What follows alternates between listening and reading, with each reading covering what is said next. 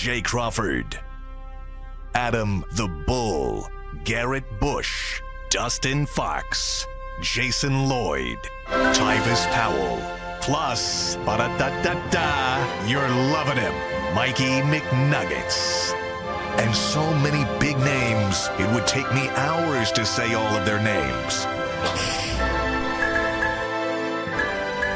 The ultimate Cleveland sports show starts now. Booyah!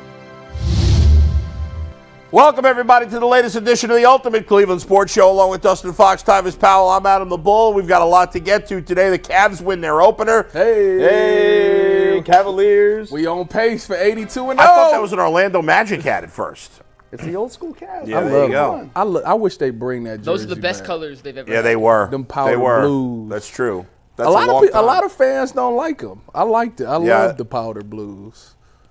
It was good. I've got They were terrible when Yeah, they had those uniforms. yes, but that's not it's like Terrell Brandon and You know what's crazy is that Bobby Sura, our colors. Sean Kemp. How did our colors go from that to what it is today? wine and gold. Well, I mean, they were always blue and orange. You know, it's just a different shade. I feel like and then the blue is the Gundarina was like all the teal blue. But I mean, feel the like seats they were don't teal really blue. talk about it. Like the blue ain't really a thing like that No. today. Yeah, it's Then it's we wine went and blue gold. and orange. Well, it's wine and Remember gold, right? The all Wine and gold, orange yeah. with the blue. Then they went wine and gold. Yeah. I think the Cavaliers have a bit of an identity crisis with their so. uniforms, right? I mean, can't figure out which ones work. No, and in basketball in general, teams change. It feels like teams, except for a few of the classics. I like Toronto going back to the old Raptor jersey. Did they go back? Yeah. Yeah, last night. They were sick. It's the best throwback in Oh yeah. The with the dinosaur. Yeah, I don't know if the dinosaur was on it, Raptor. but It was on it. The was dinosaur it? was on it. Yeah, I didn't even pay That- attention it's to that the- one. Back to Vince the Vince Carters, Carter. right? Yes, the Vince Carters. There you go. Obviously, plenty of talk still about the Browns as well. It'll be soon enough. We'll be talking about the draft. First, let's go to Mikey on the other side of the I got glass. two things I got to mention this morning. Shout out to Corey Crawford, the best Crawford in the family. Oh The my! long For, jumper. The long jumper. But this morning, or he texted me last night. You fleeced them. Well, he texted me last Well, I night think- and said, I want Jameis Winston. Both texted me and said he liked the deal for Corey I better. think Corey got the better end of the But trade. let me just tell you how this went down. This is why Jersey guys are the best. He texted me. He said, I want Jameis. I sent him an offer. He counted a counter offer. I sent him a counter offer.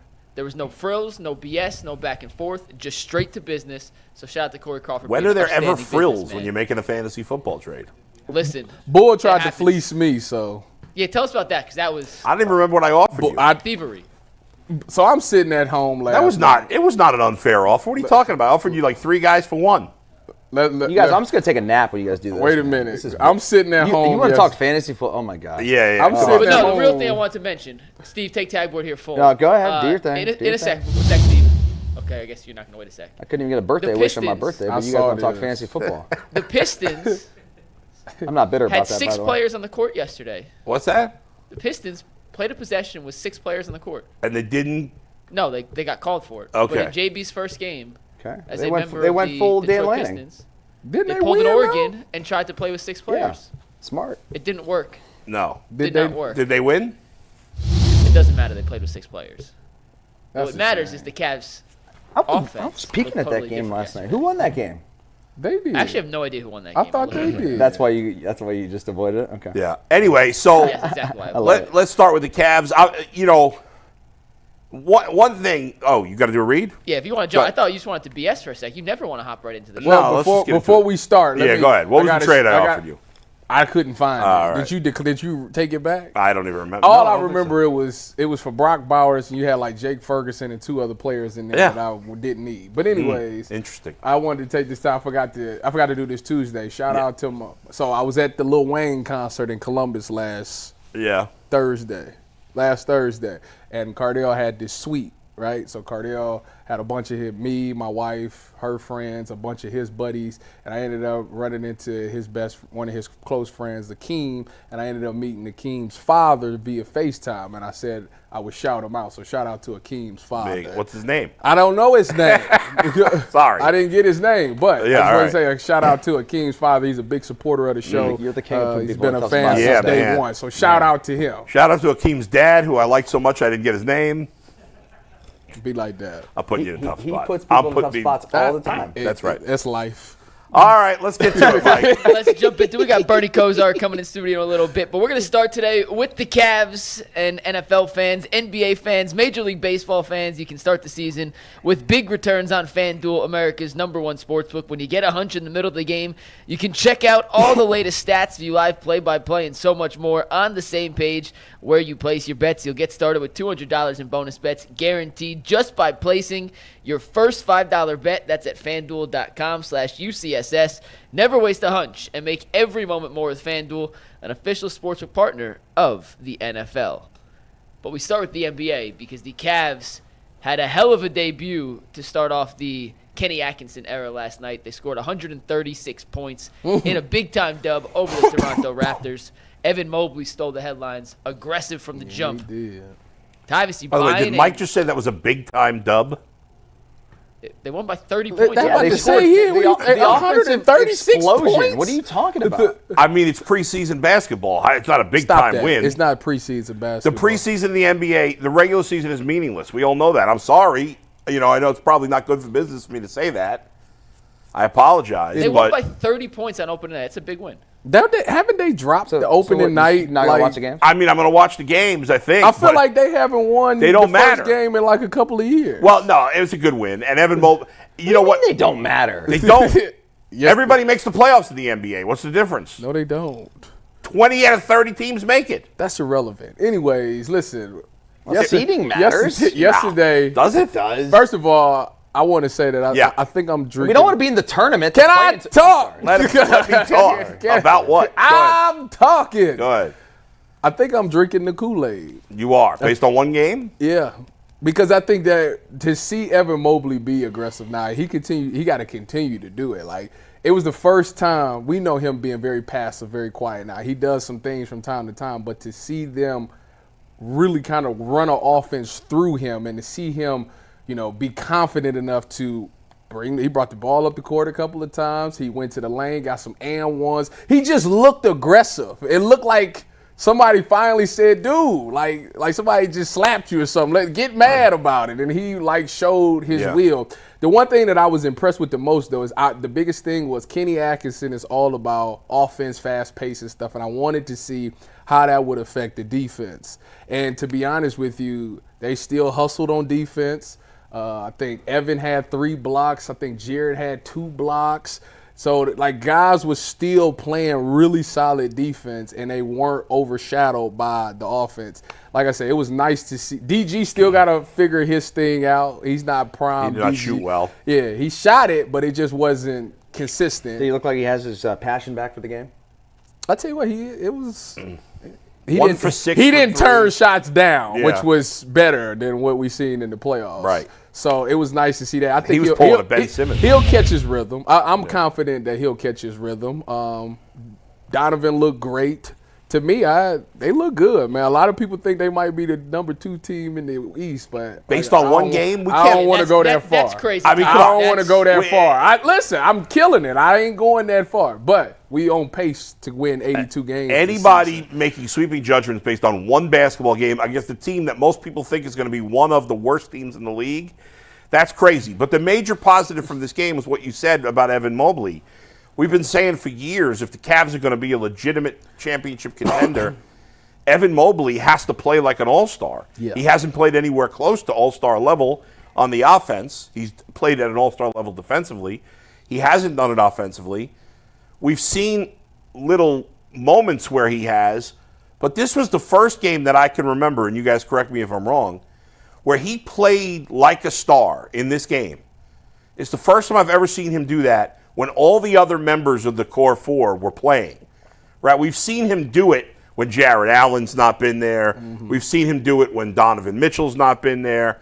But we've never seen him play this aggressively for an entire game where the other members of the core 4 were there. Yeah, he asserted himself, and that's something he has not done. I think Tyvis said on it's such a good point, is he's never really been that aggressive. It's very frustrating watching him because he's so athletically gifted, and he's a great player. I mean, he is.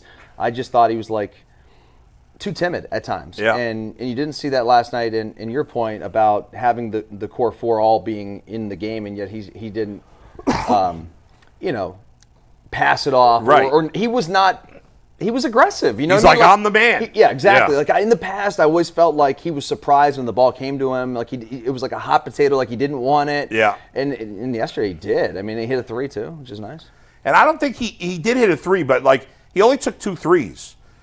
I love this idea. Taking 4 or 5. No, I'm fine with him. I don't feel like he has to be a 3-point shooter, Mike. It depends on who's on the floor. You know, they're running 2 different sets. When he's out there with Jarrett Allen, yes, you have to take some of those threes. When he's at the 5, not necessarily, because he's kind of the big man. Right. So I just think in those situations, it just depends on who's on the floor. The good news is that he has the ability to be a 3-level scorer, which is why it was really positive to see him be more assertive, because it seems like he's been holding back all these years. Right. So shout out to Kenny for giving him the mindset, because to me that's all it's been.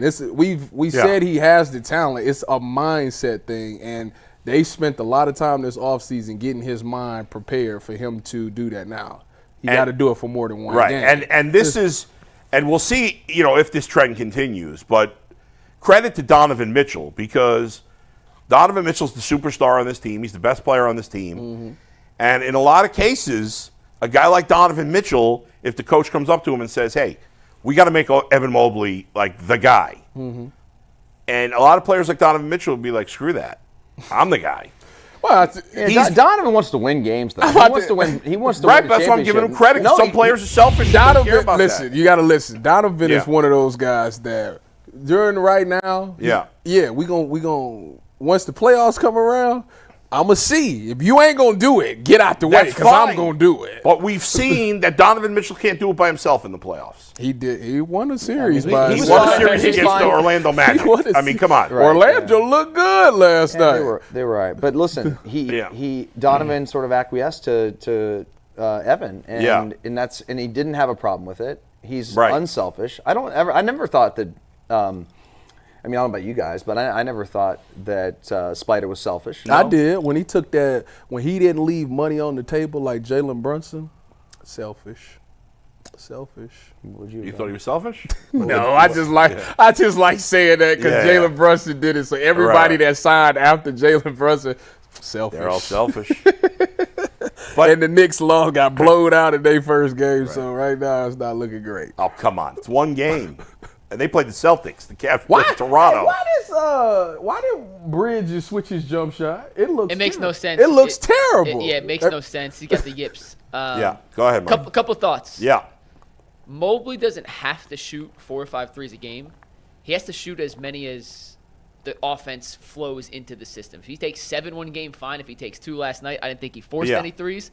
I don't think he turned down any open threes. He's just got to be confident shooting when the opportunity arises. And if the flow of the offense gets the ball to him on the perimeter, he's got to make those shots. Right. He's got to take those shots and then obviously make them. Man, he had a couple plays yesterday, he was here. And there was one in particular where the shot clock was running down. He was on the right wing. It was in the second quarter.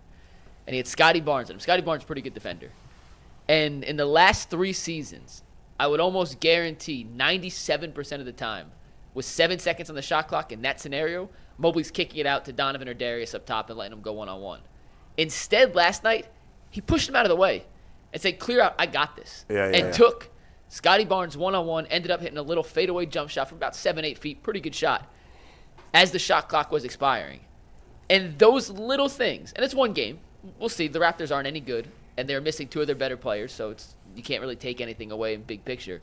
Like those little signs of aggressiveness and the willingness to be okay missing shots in those situations does show some signs of growth from Mobley. And to the Donovan point about giving up the reins, Donovan's life becomes 10 times easier if Mobley becomes the player we think he can be. Yeah. So I don't think, to Dustin's point, or Tyvus, I forget who said it, in the regular season, I think Donovan's going to be perfectly okay giving Evan a little more leeway to become the star we think he can be. And then in the postseason, that makes Donovan's job easier, and then he'll pull the reins back a little bit and say, I got to do what I got to do. Well, we've talked about, they're running it back. It's basically the exact same roster as last year. But if Evan Mobley is a different player this year, well, then in a way, it's not the exact same roster. And Earl's guy Ty Jerome, who balled out last who missed night. the whole last season last year, gosh. played pretty well too. First of all, What was wrong with him last year that he didn't play the whole? He played 2 games. He injured his ankle against the Thunder in the team's very first home game, I believe. It was either first or second home game. It had to be their second game overall because he played twice. Then it was their first home game. They started on the road last year, and then he never. And he was out for the year. It was the most severe sprained ankle, I guess, in the history of sprained ankles. It's weird. Oh, man. Well, we did need a backup point guard, and he does look the part right now. I'm mad at Earl right now anyways. Why? Earl hit a parlay. He didn't even send it to me. What type of guy is him? That's a good point. Like, I think he shared it with yeah, Anthony. he was supposed to share the lathe. Come on, man. Don't do me like. Don't do We me did like. hit- Earl's Hey. selfish on that one. Dustin, be proud. We gave out a plus 250 winner yesterday on Behind the Glass, and guess what? Cashed. Oh, that was it. What was it? Mobley first bucket. It was Anthony's first betting win in forever. Yeah, not first betting win ever. Is Actually. Anthony a You mush actually, too? what'd you put? What, 5? Yeah, 5. I won like $29. Big spender, man. That's good. I know the feeling. You right up my alley with that one. If you don't bet a lot, you can't lose a lot. So that's all right. That what you can afford to lose. All right, Mike, go ahead. Couple other notes from last Yeah. night's game I want to mention. The rotation without Max Strus I thought was really interesting. Isaac Okoro, who we've talked about a lot on the show, was one of the last guys off the bench. Sam Merrill played over him in certain minutes. I think that's something to keep an eye on. Atkinson wants shooting on the floor. Yeah, well, Isaac Okoro brings nothing to the table offensively. So I was literally talking to someone this morning. I think Okoro is a 4, but he's the size of a 2 guard. And in this offense, his actual skill set, what he brings, fits the 4 position, but can you play a 6-4-4? And that's going to be the question Kenny Atkinson has to figure out. What? I loved the way they shot the 3 ball. They took 40 attempts last night. That's right in the range. They want to see the Cavs. Kenny Atkinson said it's right in the range he wants in terms of 3-point attempts. It didn't turn into a 61-point barrage Right. like we saw the Celtics. From a defensive standpoint, I mean, who on the Raptors scares you offensively? I'm not sure that's a good read from a defensive standpoint. I saw a lot of people complaining about Darius Garland playing with 2 fouls, picking up his 3rd foul. It's the first game of the season. Kenny Atkinson's just going to try and see if he can trust his guys. In a month, that's not happening. He's being taken out. I wouldn't look anything. All right, by the way, one of those people complaining was Jay. I was going to bring that up, and now the floor is yours. Jay, I love you, but that's an absurd complaint. It's the first game of the season. Who gives a rat's ass if he's playing with 2 fouls? Who cares? I don't care. It's the first game. Even if he fouled out, who cares? I don't care if he played with 5 fouls in the first half. I think he's smart enough to not foul out. But even if he did, who cares? It doesn't matter. You play differently knowing where you got. Kenny Atkinson is learning stuff about these players by putting them in these situations. That's what he was doing there. That's what we're going to be nitpicking about last night? That's yeah, crazy. I mean, right. I don't know. They played with a lot more pace. If this was a Game 7 in the playoffs, sure, then those things don't matter in the regular season. And anytime Evan is going to be matched up on Scotty Barnes, I think Evan's probably going to go for his juggler because he won Rookie of the Year over Evan. Wasn't it Scotty Barnes? Was it, Mike? Did Scotty Barnes win Rookie of the Year? He did win Rookie of the Year. Yeah. By the way, last night he had 9 points, 6 rebounds. Evan Mobley had 25 points, 9 rebounds. Just throwing it out there. When do the Cavs play a legitimate opponent for the first time? They play the Lakers next Wednesday in Cleveland. Are the Lakers going to be good this year? They looked good on opening night. They're on pace to go 82-0. Come on now. I mean, they should be solid. I mean, I don't think they're a championship contender, but that's a real test. That's a real test. It will be a test for that's AD versus Evan. Yeah, and that's what I want to see. I want to see Evan Mobley does he play that aggressively when he's facing another team with a good big man? Here's their next upcoming schedule. They have the Pistons on Friday. They suck. Then they're at Washington on Saturday. They suck, right? Then they're at the Knicks. Oh, so the Knicks. They'll be the one. At the Knicks in the Garden on Monday. And here's this is a tough. Ready for this? This is a tough stretch after the first 3 games. They play the Warriors pretty quick. So they got at Knicks, home versus Lakers, home versus Magic, at Bucks, home Bucks, at Pelicans, home versus the Warriors. Yeah, I mean, that's a fun stretch of games. The Pelicans ain't going to be as good anymore because they lost DeJounte Murray. But still, it's a pretty tough stretch to start the season. Whatever. All the rest of those games are against teams we think are going to be at least pretty good. No, yeah. So that should be all playoff or at least play-in teams. Yeah, we can't make any real judgments about this team until they play 20 games, right? you don't know. You can't judge based on You can't one make judgment off game. of these teams until after All-Star break for me, because we went on a what was that? 20 games. Weren't we like 18-2 or something like that? Yeah, they just got to get through like half the season being mostly healthy. Yeah. And then that way we have an idea of what we should expect in the playoffs, because last year, like you said, they had that run, and then they had a stretch where they had a bunch of injuries, though, in that stretch. So that you never got the continuity down. And because there was so much stress and pressure on JB last year, and then the injuries happened, it just all sort of spiraled. This can be different, with Kenny being in his first year. I like the way he talked after the game. I think he just sounds like confident, and I don't know, it sounds like a basketball coach. Not that JB wasn't, but I like his demeanor. I think he's super smart, and he's hopefully going to take advantage of having these four talented guys. I mean, he's been in the league a long time. He's been around good players. He's been a top assistant on a lot of really good teams, so he knows what it takes to win. And we're not going to know anything for sure till the playoffs, but you'll have some sense of this team at the quarter pole, at least, but you can't make any judgments after one game. Go ahead, last Mike. thought on the Cavs, then we can move on. Yeah. But, Tyvis, I know as you were watching last night, they ran the very first play of the game for Evan. Mm-hmm. They ran a pick the picker, which is something we have been begging for from the offense for the last 3 years. Another possession, 4 or 5 possessions later, they had Mobley take the ball down court. Yeah. And Donovan screened for Evan. Yeah. And then they swung it to Karras. Karras attacked off the dribble. Donovan was in more closeout positions. I don't think Kenny Atkinson opened the war chest on his playbook last night, but we did see some new things we hadn't seen over the last couple of seasons.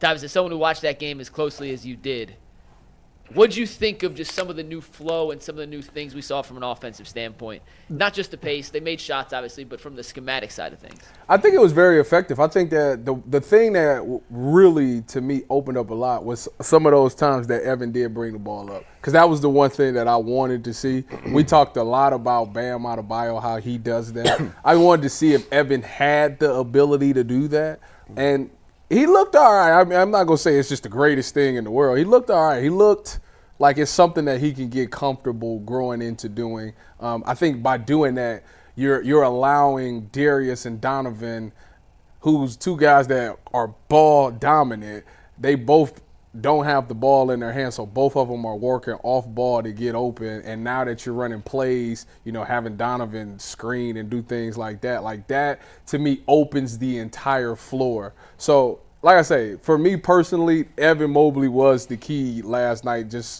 I think that it showed, they put on tape that Evan has the ability he can hit a three, he can go to the hole, he can bring the ball up the court, he can facilitate. Like, all of those things was question marks that I think a lot of people had going into that game, and we got to see it, and I think it's going to be crazy to try to game plan against it, because you never know what role he's going to play in the game, because he has the ability to do all of those things. And if he can play like this against the good teams consistently, then you're talking about a whole new level of how good the Cavs can be. Yeah.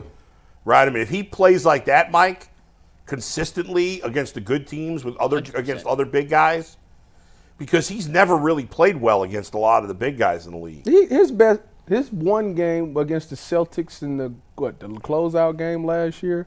Yeah, they were without Horford. He's saying with the big guys. Oh, the big team. About, never mind. Yeah, never mind. Against an Embiid and the other good centers in the league, the other good big guys in the league. Yes, who can?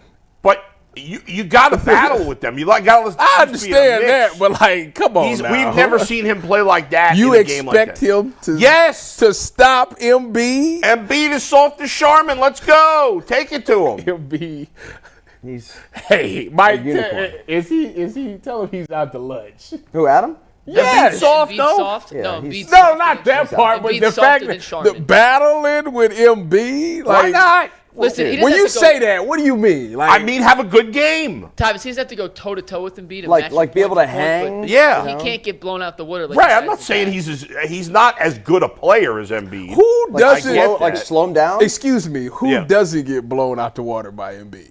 Yeah, he's ridiculous. I'm sure the other. I mean, I don't know. Oh, name me one. It's a good point, Tyvis. Name me one. No, but you're wrong, because Embiid just doesn't play against the good centers. He sits out those games for both right. Oh my gosh. The point is, I hate Embiid, by the way. When you're playing good teams, when you're playing against good teams and other big guys, you got to have. He's got to be a consistent all-star level. Listen, we not about Embiid gonna do what Embiid gonna do. I don't care who's choking checking the playoffs. The Joker's gonna do what the Joker's gonna do. I don't care who's checking them. I'm not saying he's got to score 40 points and get 20 rebounds. What is he? What do you want him to do? I'm saying in a game against those guys, he can't have 10 points and 6 rebounds. That's what I'm saying. He's got to play like an all-star. I don't care who he's playing against. I get what you're saying, but I think most people understand what you're trying to say. Let's switch gears here, talk a little Browns. We'll get back to the Cavs in a little bit. But, guys, being a Cleveland Browns fan is tough, and there's only one gutter guard that's tough enough for the toughest fans in the world, and that's Leaf Filter. Leaf Filter has been protecting gutters in Northeast Ohio for nearly 20 years. An investment in Leaf Filter is an investment engineered to protect your entire home. Clogged gutters aren't just a nuisance. They can cause extensive water damage. Protect your home from flooding, roof damage, rotting siding, foundational issues, and more. Do it yourself with store-bought solutions. May be cheaper up front, but end up costing you more in the long run. Schedule your free inspection now, and for a limited time, get up to 32% off your entire qualified purchase and 2 free Browns jerseys at leaffilter.com/UCSS. That's a free inspection, up to 32% off, and 2 free Browns jerseys with qualified purchase at leaffilter.com/UCSS. Offer is valid on a first-come, first-served basis while supplies last. Full terms and conditions can be found at leaffilter.com/UCSS. See representatives for warranty details. We got news during the show yesterday that the Browns were changing play callers, going from Kevin Stefanski to Ken Dorsey. Dustin and Tyvis weren't here. Since then, there have been some theories floated online as to why the decision was made. One is it'll give Kevin Stefanski the ability now to be more of a CEO, which could cut down on some of the penalties. Other theories include his play-calling style not fitting Jameis's style, and the list goes on and on. There's a couple more, including cutting down penalties. The decision was forced upon him, et cetera, et cetera. Are you guys buying any of this? Tyvis, we'll start with you. Before we answer that question, Mike, there's a little update from Mary Kay. She said Ken Dorsey said he's leaning towards calling plays from upstairs in the booth. I would hope so. It's the best way to do it. You want the birds out view to see it. All right, what's your theory, Tyvis, as to why Kevin Stefanski gave up the play calling? Was he forced to give up the play calling? I don't necessarily think he was forced to give it up. I just think that when you think about this offseason and everything that went into it, when they got Ken Dorsey is more shotgun happy and all of those things. You went and got a quarterback because you thought that would be the system that your offense would run. So I think you went and got a quarterback like Jameis Winston to fit Ken's style of offense. And I think when we seen DTR in there, in Deshaun's last game, obviously last week before he got hurt, it seemed like it was trending more towards back to Kevin's style of offense. And I don't think necessarily Jameis fits that one perfectly. So I think that's why they're going to let Ken go ahead and do this week, because that fits Jameis's style. That's the best chance to succeed, as the shotgun and all those things. Yes, I know what you're going to say. Well, if that was the case, why didn't they let him do it with exactly? Deshaun? I want to know the same thing, because I think that he wanted to make it work. And didn't Jameis run a lot of play action and under center in Tampa?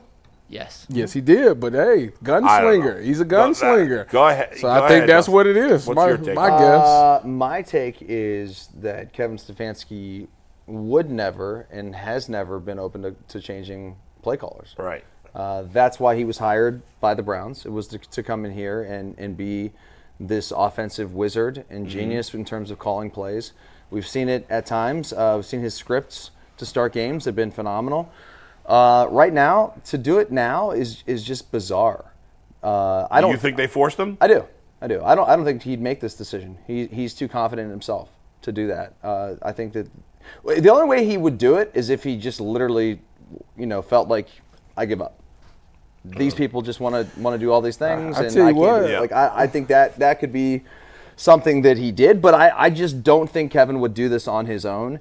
I think there's a lot of things that's being dictated behind the scenes, including what's going on in terms of who's playing quarterback. Like the fact that DTR all of a sudden was the 3 and then started.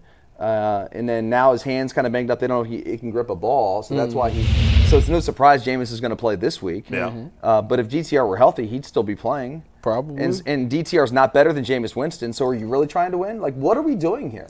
I tell you what, the way I look at it, they 1-6. I think they're looking at it as an evaluation period. We evaluating everybody. And this whole thing stinks. and if for the first time we've never seen Kevin not call plays, so let's evaluate it. Let's see if Ken goes out there and call these plays and the offense looks successful. What does that mean for Kevin? This to me is absolutely the organization in full-on panic mode. Last week the change was the DTR thing. Okay. Well, it started with Amari Cooper being traded. Thank you. Yeah. Amari Cooper, DTR, play caller. What's next? Yeah, I mean, it feels like this is the first step towards Kevin Stefanski eventually being fired. It's absolutely spiraling out of control. Yeah, it does look Somebody's getting fired. That's what I said. Someone's getting fired. And unfortunately. Who knows who it is, but you've got a quarterback that's going to be on the cap for $170 million no matter what. You can't get out of it. You're going to be in cap hell for 2 more years. If you don't get the number 1 pick, you're screwed. I mean, they've got to draft a quarterback. And the other thing they have to do probably, and it stinks and nobody wants to talk about this, they're probably going to have to trade Myles Garrett. Unfortunately. Well, that's a whole, why, to get more first-round picks? They have no. You think he's going to want to be gone? No, it has nothing to do with him. I want him here. They have no ability to get players.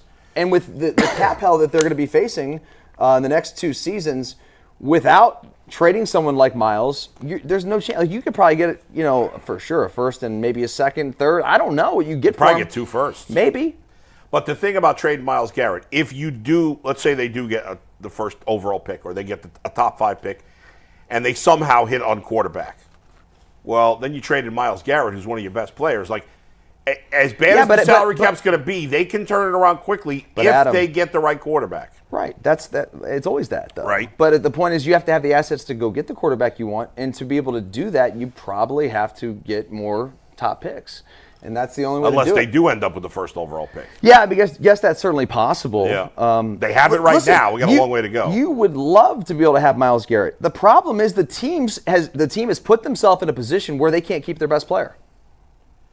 And the guy you thought was your best player, you're on the hook for $170 million for, and it's put you in a position where the next 2 years, I'd love to have Myles here with a rookie quarterback. But what are the odds a rookie quarterback's going to have a ton of success the first couple years?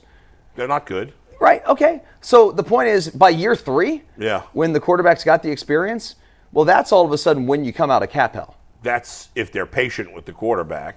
There's so many uncertainties. If they spent a first pick of the draft on him, they better be. Yeah. Well, and then, going back to who's going to get fired at the end of the year, to me, that's all about who ultimately made the decision to trade for Deshaun Watson. And listen, most of us, myself certainly included, thought it was a great idea at the time. Sure. Baker wasn't good enough. He was a decent quarterback, and especially then, and things have changed in the last 2 years even, where we were at the peak at that time of you could only win with a great quarterback. And maybe that is turning a little bit where you can now win with maybe a little bit lesser quarterback. We'll see. I still don't think we're anywhere close to where you used to be able to win with just a great defense and Trent Dilfer at quarterback, or you went to the Super Bowl with Rex Grossman. I don't think we're in those days yet, but still, the quarterback what play's been down. What do you think is different? I think the one thing that's different to me is that there just aren't any like elite. There's elite athletes. There's elite talent, but these guys don't come up learning how to play the position. There's not a ton of pocket passing quarterbacks who diagnose and just can throw for 500 yards. You know what I mean? It's C.J. Stroud is that. Yeah, it's rare though, Adam. But I'm not saying there's nobody that can do it. Right, there's not that many guys. Buckeyes. Yeah. So the point is, you don't got 5 guys coming out every year that you think could be the next Peyton, Tom Brady, whatever. No, what may be. It's just I don't know that we see generational talent coming out. In terms of you have it all, the skill set and the mindset. Because, dude, I talk to these coaches all the time. I talk to them every week. You do too, Ty. It's quarterback coaches are so limited in college where the players, and number one, they bounce from team to team to team, 5 teams in 4 years or whatever it is. So these coaches can't teach the kid the system. You got to make the terminology very minimal. Yeah. You got to make it a couple words, and it's a one read. And now they got the headset in the quarterback's ear in college. The coach can be like, hey, They're in cover 3. Look to your right. Or right there. If so not, run. They don't learn anything. Before that, it was check with me. Get to the line up, and then everybody look to the sideline. I'm going to tell you what they in and run the quarterbacks played anymore, so when they come to the league, they're not ready. That's true. You think a guy like, you think these really good quarterbacks, they're, that's an important thing to know when you're evaluating a quarterback. Like, no doubt. Are you giving him the play every time? Are you telling him what to look for every time? Does this quarterback have any ability to read a defense? If he doesn't, that's a problem. Yeah. And that's absolutely. But the thing is, I get it. Like as a coach, you're in win now mode. Yeah. But what are you doing? You're handicapping him for the future because going through a draft process. What you think they're going to get up on that board right there and tell me when you Hard Knocks. They asked get up on that board. When you see this, what are you looking at? What's your first read? Yeah. What if this guy comes? What are you doing? What is your line going to do? What's the protection? Like it's a lot. I think the more that it's a lot. I'm telling you, I think the more and more these guys just continue to bounce from school to school, it'll be tougher for them to have success in the league for a variety of reasons. Well, because who's the last quarterback in the NFL right now? It's all been sort of relatively new, but like over the next several years, I'd be curious to know a quarterback who went to 3 schools if he has success in the NFL, as opposed to a quarterback like you mentioned, C.J. Stroud. Yeah, he was at Ohio State this whole time. Well, Jaden Daniels switched. He did. That's an outlier right now. Caleb Williams did switch. It's very early. Yeah. Both those guys. I had a question for you guys. Jalen Hurts switched. The play caller change though. Do you think there's any credence to the possibility that now that Kevin's not calling plays, he could be more active in some other facets of the game, and maybe his clock management. He better be. Let me. I'm sorry, I'm jumping over you guys today. I think this is the best move they could have made. They should have made this move a year ago. Because Stefanski on the sidelines is clueless. Not his fault. Because he's so locked into the Waffle House menu, he can't watch what's going on the field. I think this is why, like I said, again, this is evaluation period. I think if they have a ton of success, if he goes out there and the offense looks great, and they'll think to themselves, if we decide to stick with this same recipe, which I don't know how that's going to be, if they decide to run this same staff back next year, this will be the way we're doing it. Kevin is off the play call. I need you on locked in. He's the first. We don't know what Kevin does outside of play calling because we've never seen it before. It's interesting though. I mean, in the past, I thought Kevin had overall done a good job, even with the huge play calling card. I thought overall he had always done a good job in terms of clock management, timeout usage, challenges, but I think he's done a terrible job in all those areas this year. You wonder if that's Bill Callahan related because he was the running game coordinator, and now your running game coordinator is a young coach who doesn't have the experience that Bill Callahan had. And maybe that's affected Kevin Stefanski. All I know is I said a month ago he should give up the play calling. I don't like it if it's forced on him. I hope he made this decision himself. It doesn't seem that that's the case. What do you think happened? I think this was forced by Jimmy Haslam, but I don't know that. I'll tell you what, Dan. The interesting thing is, very seldomly somebody gives up play calling and then goes back and takes play calling back over. Mm-hmm. Didn't what's his name do it? The Eagles DC, the Eagles head coach, Sirianni. Yeah, didn't he take? I don't remember. Did he call in the plays again? No, he was never the play caller. Yeah. No, it was Shane Steichen. Yeah, Shane Steichen now was with the Colts, and then he hired Brian Johnson last year, who called the plays, and then he hired Kellen Moore this year, who's calling the plays. No, but what about defense?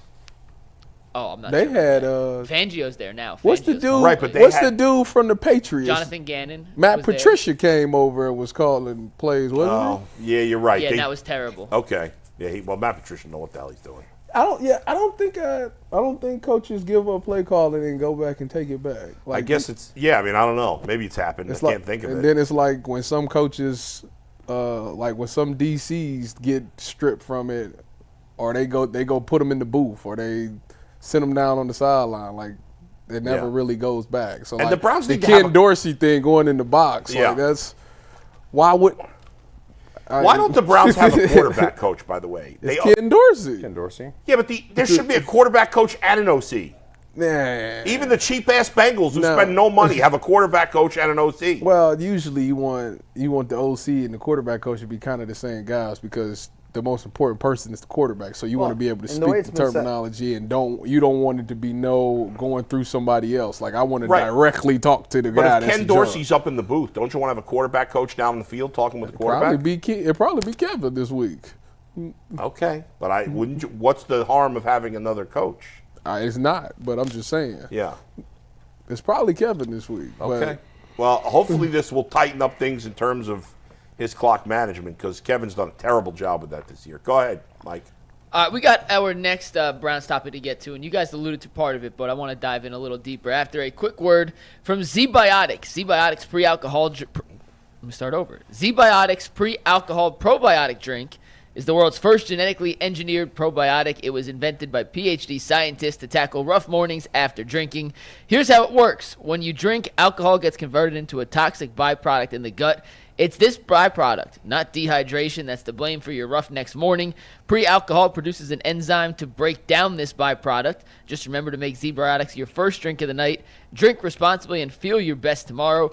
Here's how to use it. Step 1, drink pre-alcohol. Step 2, drink responsibly. And step 3, enjoy tomorrow. Go to zbiotics.com/LockedOnNFL to learn more and get 15% off your first order when you use promo code LockedOnNFL at checkout. ZBiotics is backed with 100% money-back guarantee, so if you're unsatisfied for any reason, they'll refund your money, no questions asked. Remember to head to zbiotics.com/LockedOnNFL and use promo code LockedOnNFL at checkout for 15% off your offer. Guys, we have spent a ton of time talking about off-field drama and a lot of things surrounding the Browns that don't involve the actual product we've seen. And the reality is, as of today, the Browns are 1-6. They have a top 2 draft pick, or would have a top 2 draft pick. No, they have number 1 pick. That's a top 2 draft pick, yes. Yeah, that's all right. Yes. I don't know why wouldn't you just say the number 1. I mean, I guess you're right. And they are arguably one of the 2 or 3 worst teams in football. Have we given the Browns a pass, or have the Browns gotten a collective pass for how bad they've actually been on the field this year because of all the chaos that's happened with the stadium and the injury and the reaction and all the above? They gotten a pass for how bad they've actually been this year? I think in the last week they have, because we've been talking about so many other things. We've been talking about Watson getting hurt. We've been talking about the fans' response to Watson getting hurt. We've been talking about who's going to start at quarterback. We've been talking about the play calling.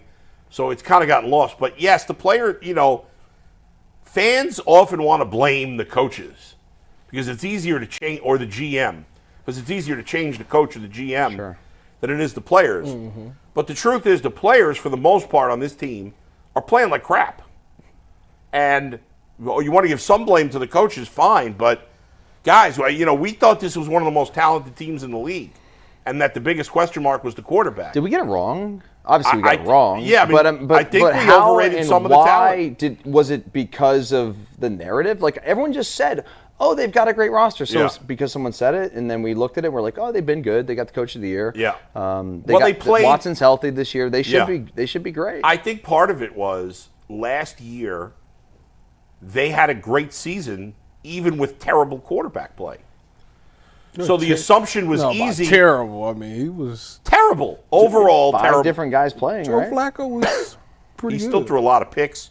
Watson, they are. You want to say below average quarterback play? Mediocre. I think that's too positive. How about just average? I think that's too positive. You guys are getting crazy over here. You forgot it was bad. Bad. Philip Walker playing. What was his record? PJ Walker. Was his name Philip? No, he calls him Philip. Philip John? Yeah. What was his record again? I don't care what his record. He has 500. He has a better record as quarterback of the Browns than Baker Mayfield or Deshaun Watson. That is a fact. Percentage? Yeah, percentage-wise, he has a better record. Man. And so we were like, wow, this team, I think we convinced ourselves that this team was uber talented. And what happened was maybe they just overachieved last year, which happens sometimes. And now you look at, I think the 2 biggest problems on offense were Amari Cooper did not look like a Pro Bowl caliber player anymore, and now he's gone. And the offensive line got old quick. Yes. Right? The offensive line has been a major strength of this team for a number of years, and now it's a massive weakness. But in terms of defense, What do we think? Did they overachieve last year, or are they underachieving this year? I mean, you guys play defense. What do you got? First of all, yeah, they ain't got a pass for me all year. Everybody's been all. No, I'm not saying they got a pass all year. I'm answering the question that's on the screen. Yeah, go ahead. They ain't got the defense has not got a pass for me all year. Like I've been on them. Yeah. Everybody's been talking about the offense. And that's rightfully so. Yeah. The defense to me had no excuse. No excuse at all. I know they had a couple of injuries here and there. I know Jordan Hicks was hurt. I know Denzel's in and out of lineup. But for the most part, y'all was pretty solid. Y'all still had some good pieces in there that could get the job done. And up until last week was the first time that I was like, okay. Yeah, they played well. They look pretty. They see that Bengals uniform. You can see. Yeah, you can see next what they did last year wasn't. There's still a little bit there. Now, granted, a lot of guys got healthy this week too. Juan Thornhill came back. Denzel played the snaps. Blah blah blah. As far as the offense goes, the line to me, everything begins and ends with the line. I mean, if you don't got the protection, it was so hard at times for me to judge Deshaun because some plays I would look and be like, well, heck, if Patty Mahomes was the quarterback back there, he'd get swallowed up too. Like, he ain't got time. But then it was times where they actually looked good and Deshaun would throw the ball to the dirt or he'd misfire. Then it was time the receivers dropped. So it was just like that whole offense, like, and I knew it, but I kind of didn't want to believe it. The fact that when you put in a new offense, it usually takes time for it to just click. Like, it takes a while for that chemistry to come, for guys to gel. And the problem is when you're hurting all these things, it never materialized. And then you looked at it and you tried to go back to the old stuff, but then that still didn't look good. And then you got a running back that's coming back off of an injury, and you hope you praying that he get back to 100%, and it's going to take him some time. So, like, for me, the whole thing was kind of like, first of all, I don't know why you changed what was working anyways. That's the first part. Why did you even change the offense to begin with? I know why. I know the answer why, but, like, stop. Like, do what you know works. What works best for you is this. Make him be in this system because everybody is – 10 other guys are used to this system, not this new one. So I'm not going to change it for one. If 10 guys couldn't figure it out, then I would change it. But if one guy's the only difference, like I don't feel like I want to change it for that. So that to me was the biggest issue to why we looked terrible on offense to begin with. And like I say, and the special teams, I don't even want to talk about that. Oh my God, special teams. Need a kicker. I don't even want to talk about it. It just pays Except Corey Bojorquez is still one of the best Browns players we have. Oh, yeah. Never draft a kicker, never pay a kicker. Not in Cleveland. Special teams lost their mind. Dustin, do you think as a collective the Browns have gotten a pass this season, or do you think they've been fairly criticized for a 1-6 start? I think that they've gotten a pass to some degree because of all the circumstances. I mean, no one wants to believe that Deshaun Watson's a bust because we understand that all the eggs are in that basket, and that's a difficult pill to swallow for fans. So there's probably still people out there that are looking at this thing. Well, it's only this case because we've had injuries. You know, Nick Chubb just came back. You know, they've had some issues with Deshaun, and now he's out for the season. What are we going to do? Like, I don't know. There's a lot of excuses that have been made. The Bill Callahan excuse has been made. The offensive line with the injuries has been made. Not having Nick Chubb, that's been made. Amari Cooper's not happy here. That's been made. So he traded. Like, there's so many things have happened. I just wish Alex Van Pelt was here and you gave him the play calling last year.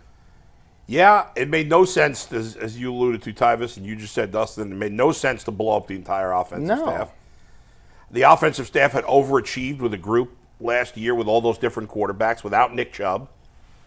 And they weren't a great offensive team, but they were adequate considering what they were dealing with on that side of the ball. I mean, their offensive line was beat up last year. Mm-hmm. So, they deserve a ton of criticism, and the players deserve a ton of criticism. But so does Andrew Berry. I mean, he hasn't done a good enough job. I think we thought he did, but he hasn't done a good enough job putting this team together. And you look at the skill positions on offense, it doesn't look very good. And Adam, I mean, every single position area of football in this team is going to be scrutinized even more now because of the lack of productivity from the quarterback position. Yeah. Deshaun has made every single area magnified. Every weakness on this team is now exploited. Any team that has a good quarterback can sort of get away with a little bit more. The quarterback's an eraser, right? You can get more room for error, right? Yeah, and the Browns have absolutely zero room for error here when it comes to just winning games. Forget the playoffs. Right. Getting back to just one other thing, kind of unrelated to this specifically, but we were talking about quarterback play before and how it's kind of down a little bit, right, the last couple of years. And you guys talked about how these quarterbacks are changing teams and they don't know the system and they're not able to read defenses like they used to. But you know what I think is a contributing factor to quarterback play being down also? Is that I think we've reached a tipping point where defensive linemen are so much more better athletes than the offensive linemen that defensive linemen are dominating almost too much. Well, and you got to remember, too, so many teams now rotate like 13 guys on the defensive line. So those guys are always fresh. Yeah. And so every offensive lineman, they're out there busting their tail the whole game. Well, they got to face like guys coming fresh off the bench every single other snap, you know? And that many different guys. It's kind of like a bullpen game in baseball. You're facing a different guy, a different pass rush move. You don't know what to expect. That's true. Meanwhile, the offensive lineman, there's no rotation. Right. Guys play every play. Exactly. Sound like a corner to me. Yeah, I wonder. I also have an idea on that real quick, and I'm curious with two DBs. You don't mind me throwing it out there real quick? Yeah, but Mike, before you do, I would love at some point if we could find out, like our pressures way up. Have pressures been going up the last few years in the NFL? I bet you I could look that up. Text so your buddy let me throw this out, and then I'll try to look it up. If not, we'll ask Cleve because he could probably dig into deeper information. I think part of the reason quarterback play as a whole may be down too is you're seeing way more nickel and dime package, so you're getting less chance to attack three linebackers. And also, these defensive backs now are otherworldly athletes. And credit to you two for playing the position. To the point where simple throws that used to be available just don't seem to be available anymore. And I think part of that is because linebackers are now smaller and faster, so you know those guys are half safeties. They're more hybrids than they are like the old thumpers, Patrick Willis, Ray Lewis style. And they're just not the underneath dink and dunks that you can get, but not to the same capacity.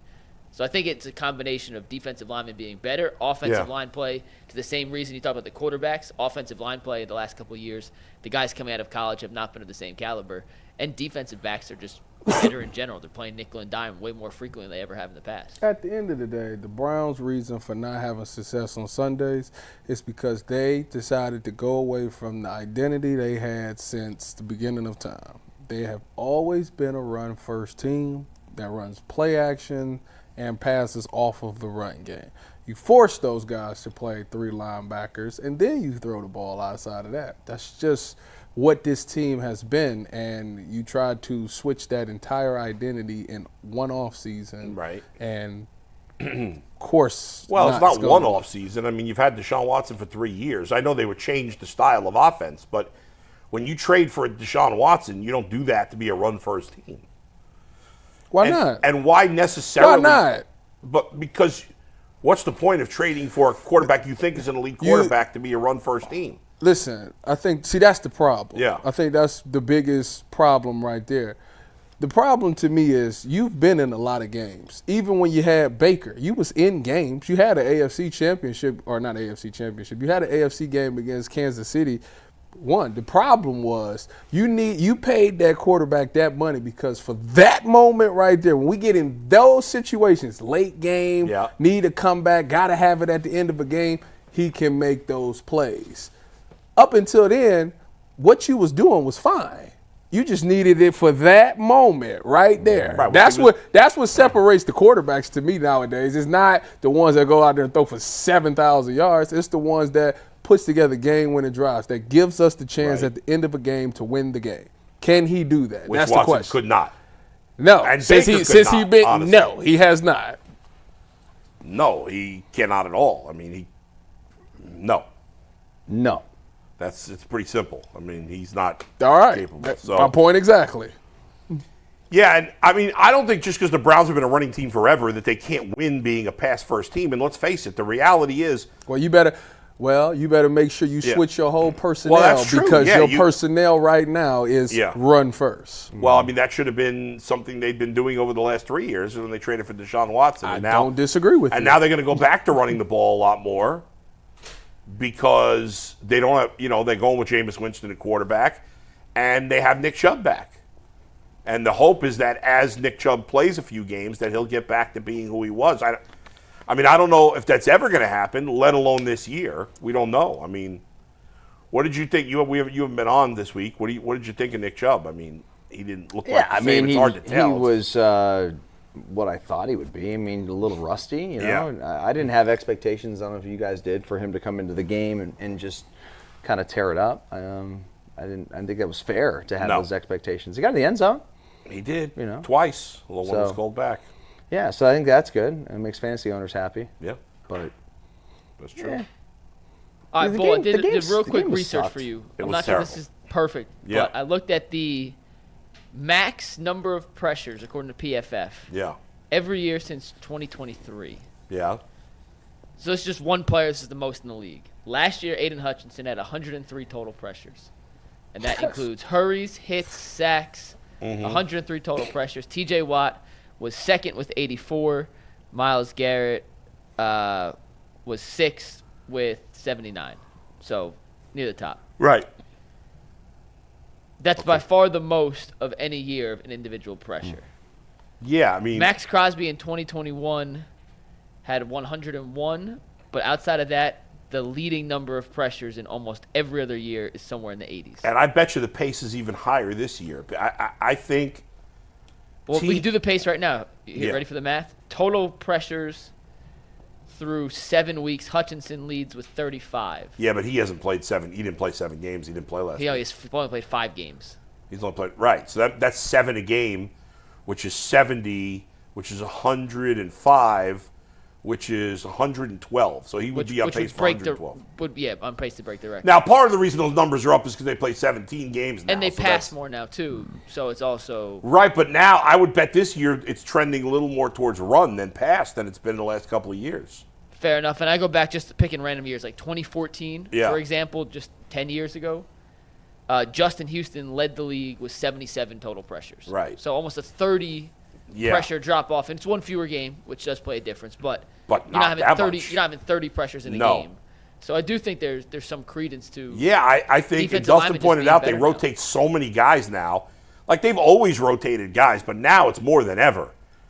You're keeping guys real fresh on the defensive line, and you're throwing the ball. What they're doing is they're keeping their best players fresh for third down. Right. So like the first and second down stuff, they can rotate guys through, and then 3rd and 8. Well, you got Myles Garrett who just had a blow and just got a nice sip of Gatorade coming in and teeing off. Like right. That's and he's tough. going up against the tackle who's played more and is not close to the athlete that Myles Garrett is. It's sometimes tough. those guys are out there for 8, 9, 10 play drives, and the defensive players have been out there, 3 plays here, 2 plays there, in and out. Sound like a corner to me.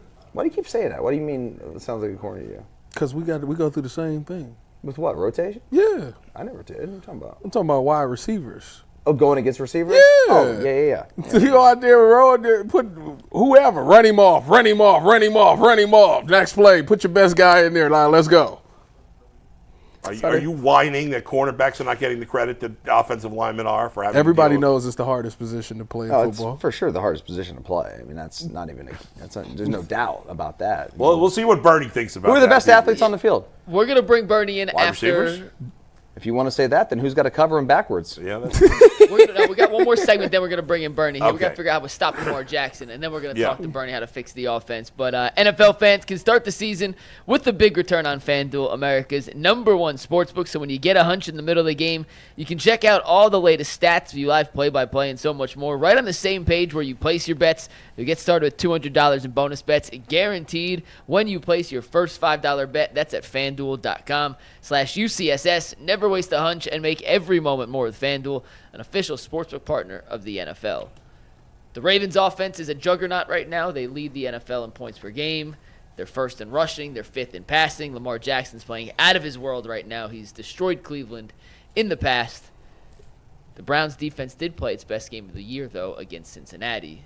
Does that trend continue against the Ravens, or do the Ravens have a significant advantage on that particular matchup, Baltimore offense versus Cleveland defense, when the two AFC North teams come into fruition on Sunday? We know the answer to this question. What's the question? Yeah, what's the full question? There's a lot to unpack there. Do you feel like they can, like last week they played their best game defensively, right? Yeah. Okay. You expect that again? You expect that level of defense, or are they going to go back to being what they've been most of this year, which is kind of mid? I think for us to expect anything on a consistent basis from the Cleveland Browns is probably tough to do. Yeah. Don't you Lamar, think? yes, and here's the thing. The only way you beat Lamar Jackson is by getting a lead and making him one-dimensional. That's when he has struggled. And that's why he's lost playoff games, because he's been down big, and when he becomes one-dimensional, pick one or the other. He struggles. If you're not now, to be fair to Lamar though, the Bengals had a 10-point lead on the Ravens in the fourth quarter, and he came back 15-2. But that's really good. You can't. That's really good. If the Ravens have a lead on you or it's a close game, forget about it. He only threw 2. He threw 15 Responsible for 17 touchdowns already, huh? 2 picks. That is. Look what he's doing, and he's got Derrick Henry, who's one of the best backs in the league. Like Derrick Henry against the Bucs, honestly, didn't do much for 3 quarters, and then he had an 80-yard run and finished with 160 yards. Let me be honest with you, please. This is one of those games that I think the defense will be very excited to try to answer the call, because I know for a fact they don't fear Derrick Henry. Last time they played Derrick Henry, Tennessee last year, they completely shut him down. Well, so I know. I know what you're about to say. Yes, the Titans were terrible. Yes, Yeah. that's not the point. Yeah. So I know that there's no fear Sure. against Derrick Henry, which is 70% of the battle when you're playing him. I think that they will accept the challenge. I do think Jameis does bring some energy. To me, it all depends on how the offense looks. Because I know that their goal is to make them score under 17 points. That was what Myles Garrett said. The goal is to keep teams under 17 points, since our offense is only producing 18 points. So I know they're going to be looking to answer that call. If that offense ain't giving them any life, I think that's when it gets tough. Because it's like, we're going to get the stop, but... Yeah. And the Ravens' defense hasn't been great. Y'all go 3 and out, we're going to end up getting back out there and get a stop. Right. 3 and out, we're going to get back out there. And then after a while, you get fatigued after a while. So, to me, the only thing that defense is going to have to force some type of turnover. They're good against the run, terrible against the pass. They got to force some type of turnover, and they got to, score to, really send a lot of energy through that team. Look at that. The Ravens are first in the league in rushing yards allowed, last in the league in passing yards allowed. I think part of that is garbage time yards when they're up 3 touchdowns late. But I don't know. I mean, Baker had a good start against Baltimore, and then he fell apart in that game. And then he put up some numbers at garbage time. They beat the Bengals in overtime. That game, there was no defense by either team in that game. Both defenses got destroyed in that one. I think the Browns defense do step up, though. I do think so. I think the game would be closer than a lot of people anticipate. But what's the spread? 7? 8.5? 8.5, I think. The Ravens-Browns? Yeah. Has it changed? It was 10.5 when I saw it. I don't know. That was a crazy number. I think I swear it was like 8.5. It wasn't that high. You must have been high. I'm looking it up again. No, I'm telling you, I saw it very some slack-ass sports book, maybe. Maybe it was 10.5 when they thought Deshaun was going to play. Say they got closer with Jameis? For sure. Yeah, that's a sad state of affairs. What is the updated line, Mike? According to FanDuel right now, the line for this weekend 8.5 is 9.5 on FanDuel. Yeah. 9.5. Yeah, that's a key number. At home. If once it gets through 10, it's a key number. I don't know. I wouldn't. I'd take the points, the Browns. To me, that's a stay away. I mean, 9.5 at home. That's a lot of points. I would just stay away from that game. I take the Browns plus the 9. I don't trust, but I just don't trust the Browns to score. The Ravens are going to score their points. But if they run the ball, they're going to run out of time. It should be a fast game. Ty, can they stop Lamar Jackson, though? That's the question. No one can stop him. I'm about to say stop him is ridiculous. slow him down. Fine. Can the Browns defense with their current players they slow down Lamar Jackson? What's slow him down? I mean, throw for 170 yards. They've run done for it 50? before. Last year when they went to Baltimore, the defense was a lot of the reason why they won that game. Guys, I just think you're not going to slow down Lamar Jackson. You've got to find a way for the guy to give you the football, like a couple turnovers. That's the only way you're going to beat them because they're so good on offense with the playmakers they have. Now they got tons of playmakers at receiver. Mark Andrews seems to have found the fountain of youth, or maybe he was just pissed off. Maybe he was just pissed off at Baker Mayfield. But nonetheless, they are super explosive on offense, and they've got you to beat the Ravens. You've got to make plays in terms of creating unforced errors. They've got to get the football. Yeah, and the Browns are going to have to shatter their record for points scored this year. They haven't scored 20 in a game in 7 games. Evan Mobley had 19 at halftime. That's crazy. I saw that meme this morning too. Dude, the Browns have to be good, at least in the areas where it's not hard to be good. Like special teams, okay, that's an effort, right? Kickoff returns, punt returns, field goals. Like those are the things that the Browns have to execute. The things that don't take talent, like running down and getting off a block and making a tackle, running the football. Like when things are really tough, the little things are what you have to do to really keep that culture intact. And I don't know, they're teetering right now. It's October, guys. It's October 24th. Yeah. This is not December in Berea yet. Yeah. 1-6, this thing could get a hell of a lot uglier. I hope it doesn't. Today's my anniversary, by the way. Happy anniversary. 14th anniversary. That's cool. All right, let's bring in Bernie. Yeah, wedding anniversary? All right, let's bring in Bernie, guys. And today's interview with Bernie Kosar, the Browns' legendary quarterback, is brought to us by Leaf Filter. There's only one Cleveland and only one gutter guard that's tough enough for the toughest fans in the world, and that is Leaf Filter. Leaf Filter has been protecting gutters in Northeast Ohio for nearly 20 years. It is your permanent solution to clog gutters. Every installation comes with a lifetime, no clogs guarantee.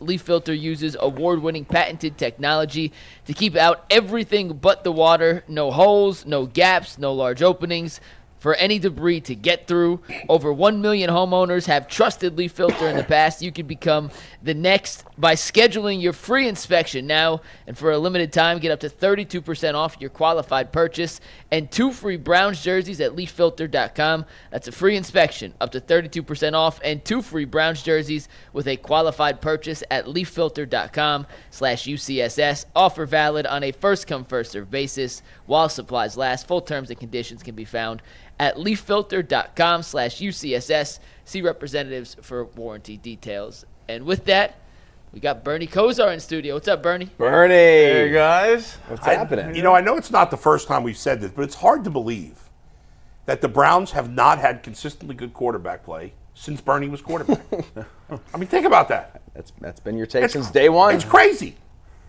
Well, Bernie, no offense, you're not a young man. I know. You think somewhere along the line they would have had somebody. Well, I was going to comment on your not a young man statement as a guy who now qualifies for his 401k. There you go. And qualifies for a pension and stuff in retirement. You're absolutely right. That's right. It's. Does it stun you that they've just not been able to get it right since you at this position? Stun, I'm not sure that's maybe the right word because and I'm not, and maybe I'll say this to be funny, and I'm not saying this to be pointed, and it's not a passive-aggressive jab or that, but statistically, you would think it's almost impossible to be struggling at this type of level, and right now, I want to come here today. I think all of us want to come here today and be super positive and have a great outlook of what's going to transpire, the rest of the season and into the future. And I was grasping at straws in the parking lot trying to find a couple, and every one of those straws blew out of my pocket by the way I got in here. So, Bernie, what was your thoughts when you learned that Kevin is not calling the plays and Ken is this week? Bluntly, I'd like to see it, I guess, but bluntly, the issue right now, I put myself in the spot. If I was the quarterback or I was the play caller, what could I do to be successful, to not sit here next week and feel terrible from a tough performance? And I'm just, again, grasping at those same straws, and I'm not sure how much it really matters right now in terms of that. I think there's the thing that we talked about so much through the course of the season of what's our personality. Are we spread and throwing and 2-minute type stuff, or are we a running type team like the end of last year? Has kept us to where we haven't really developed any personality just yet. And now, whether it's unfortunately, watching Deshaun's Achilles go out with the quarterback change coming, I'm not sure that it's not even like, I want to say it's going to be like last year, and you're going to be able to go back and you're being able to run the ball and do play action. But this isn't even apart from the quarterback, we're not even close to the same team depth-wise. Offensive, there's so many other holes here in offense. I'm not trying to just pile on the offensive line, but the inability to pass protect's been a massive issue. It's awesome having Nick Chubb back, and I did a other interview and a podcast with Eric Metcalf, and Eric Metcalf, being a disciple of running backs and an athletic dude himself, was so impressed at Nick Chubb's return and the athleticism and the abilities that he's able to show coming off of an injury like that, which we would think is awesome. And as you look at those stats, you want to throw up at 2 yards a carry. And that's with a guy who came back healthy and looking good, and he's only getting 2 yards a carry. So I'm not sure where we really go offensively to where you could have any level of consistency in the short run. I guess, Bernie, I don't think that Stefanski would give up play calling on his own. I mean, I just don't think he's been asked the question for years about it, and he's been very adamant to not want to change his philosophy, and he got the job because he's a really smart guy offensively. I just wonder what's going on behind the scenes, because it was Amari Cooper, that was the 1 week they tried to do the Band-Aid. Okay, let's trade Amari. Then it's Deshaun gets injured. The quarterback situation's up in the air in terms of talking about, like, is it DTR? Is it going to be Jameis? They want DTR. I don't think DTR is better than Jameis. I think Jameis gives you a better chance to win, so that was surprising. And then on top of that, now this week's Band-Aid is no play call for Stefanski. So I just wonder, it's October 24th. What's next week? Yeah.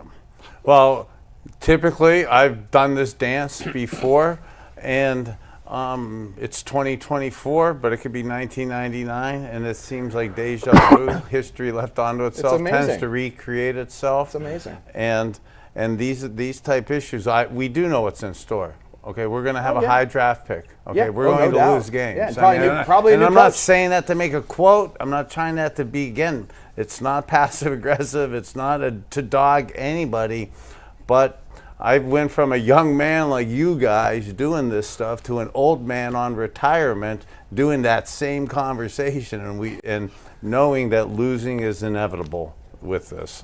Right, we were talking about quarterbacks before, and these guys were saying how, they're changing schools. A lot of guys are changing schools every year. The coach is in their ear telling them, hey, look out for this safety, look out for this linebacker, whatever. Obviously, when you played, you knew everything that was going on the field. I mean, nobody was whispering in your ear. You had to. Yeah. And are they hurting these kids by giving them too much? So giving them too little? Too little and then too much. Yeah. They don't believe in not giving them room to grow, and then they are talking to them too much during that. And that sounds good in the heat of battle, but right now a lot of coaches, it's a crux, and I could go into a whole neuroscience, neuropsychology, wannabe Sigmund Freud analysis of human behavior and stuff, and it absolutely parlays into things like this. They are absolutely making it hard to develop quarterbacks, and a lot of the coaches, again, I'm not trying to pick on coaches, but they yap too much, and they're not comfortable and confident in themselves, so their defense mechanism is to over chatter at guys, and it's mainly because they haven't taught it and educated the people for the foundational knowledge that you need to make those decisions yourself. And when, Dustin, it was cool how you were kind of talking under your breath, but you kind of had to back then. You had to, and you either died out there and didn't learn, okay, and you weren't going to ever play again, or you kept learning and you progressed and figured out how to do it. And I said a lot, the Jimmy Johnson, somehow, some way, and that somehow, some way, in that 20 seconds that you're completely by yourself and in the middle of that football field with 80,000 people watch at the stadium and millions of people watching you on TV, that having that 10 or 15 seconds of alone time where you're the only one that could do it, that makes you really grow, or you buckle to it. And kids haven't really grown enough because it is almost a crux with stuff in your ear. There's training wheels on the bike still with a lot of these quarterbacks, and I get it. If I was an offensive coordinator in college, I would love it too, because if you feel like the kid needs that guidance, you have an opportunity now to talk to him for 20 seconds. Yeah, and I find myself too, as much as I say, shut up, don't talk, I talk too much here, I would see myself at those college games, and I see the adjustments, and you see, man, when you're doing the games, I know you see the coverages, you know them. You wouldn't be able to stop with 20 seconds to go on the 30-second clock and say, hey, no, check out of that. Come here to the three receiver set. You know, Bernie, like back when you played, and when I played, and when Tyvis played, it's not that long ago. The calls were so long. The terminology was so detailed, and I'm not saying that would be easy. I think it would be very difficult. But there's so many things in there. At least it made you aware.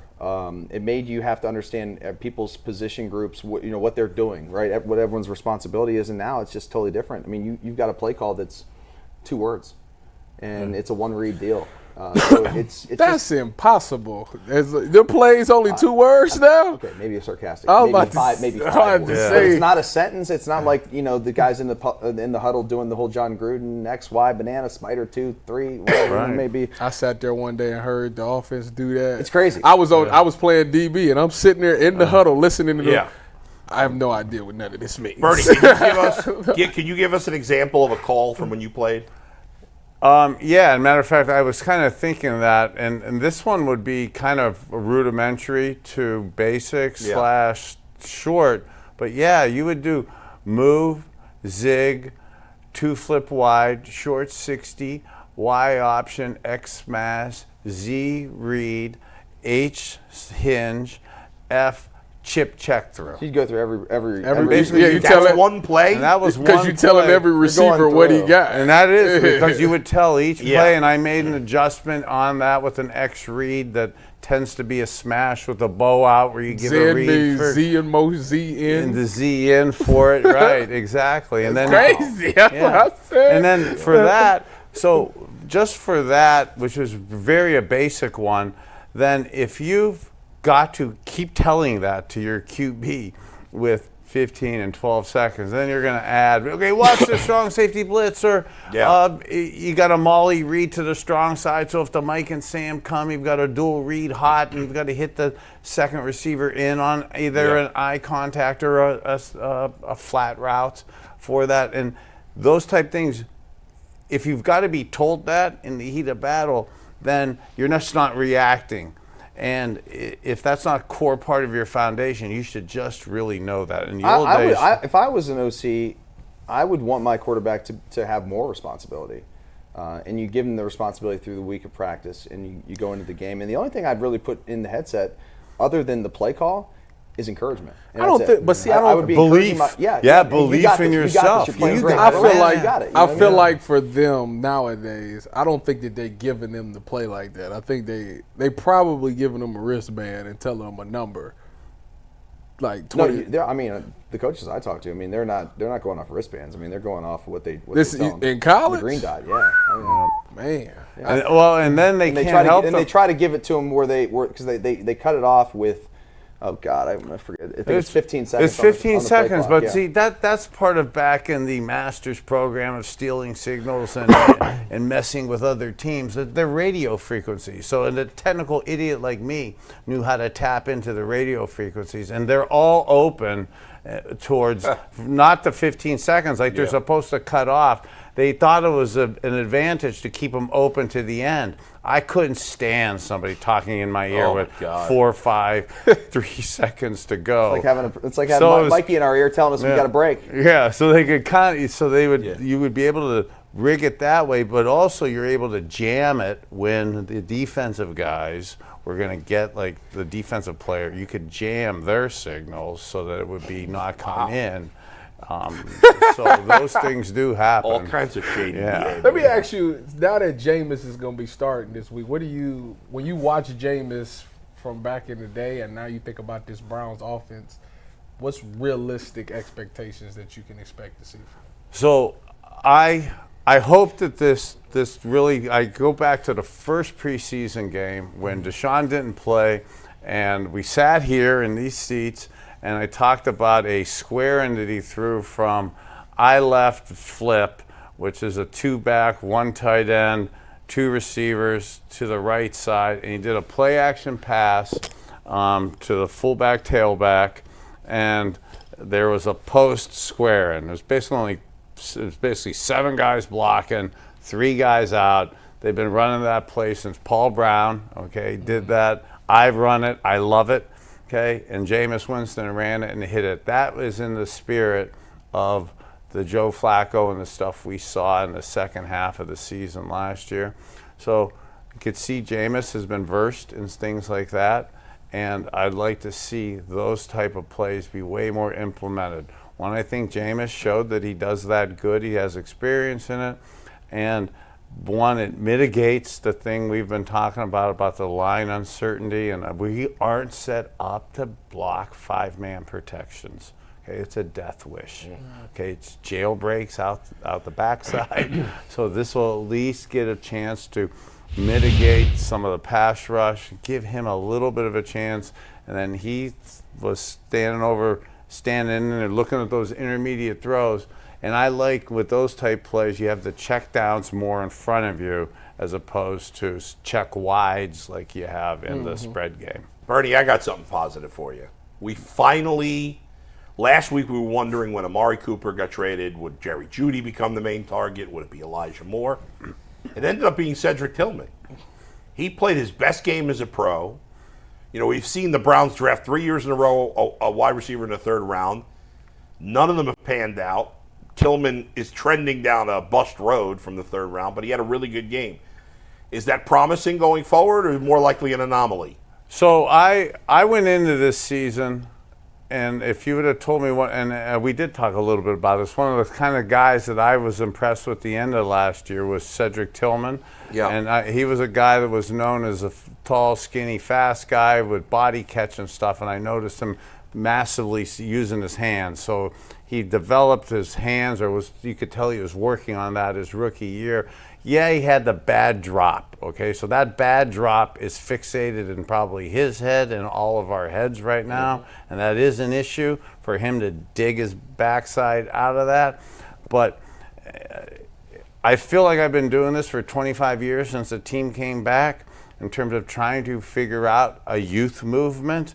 But I love Amari Cooper. It's great how he ended up playing last week in Buffalo. I wish he'd be still doing it here for a playoff-ready team, but we're obviously not going to the playoffs this year. So, one, it's going to at least give us those guys a chance to practice and play.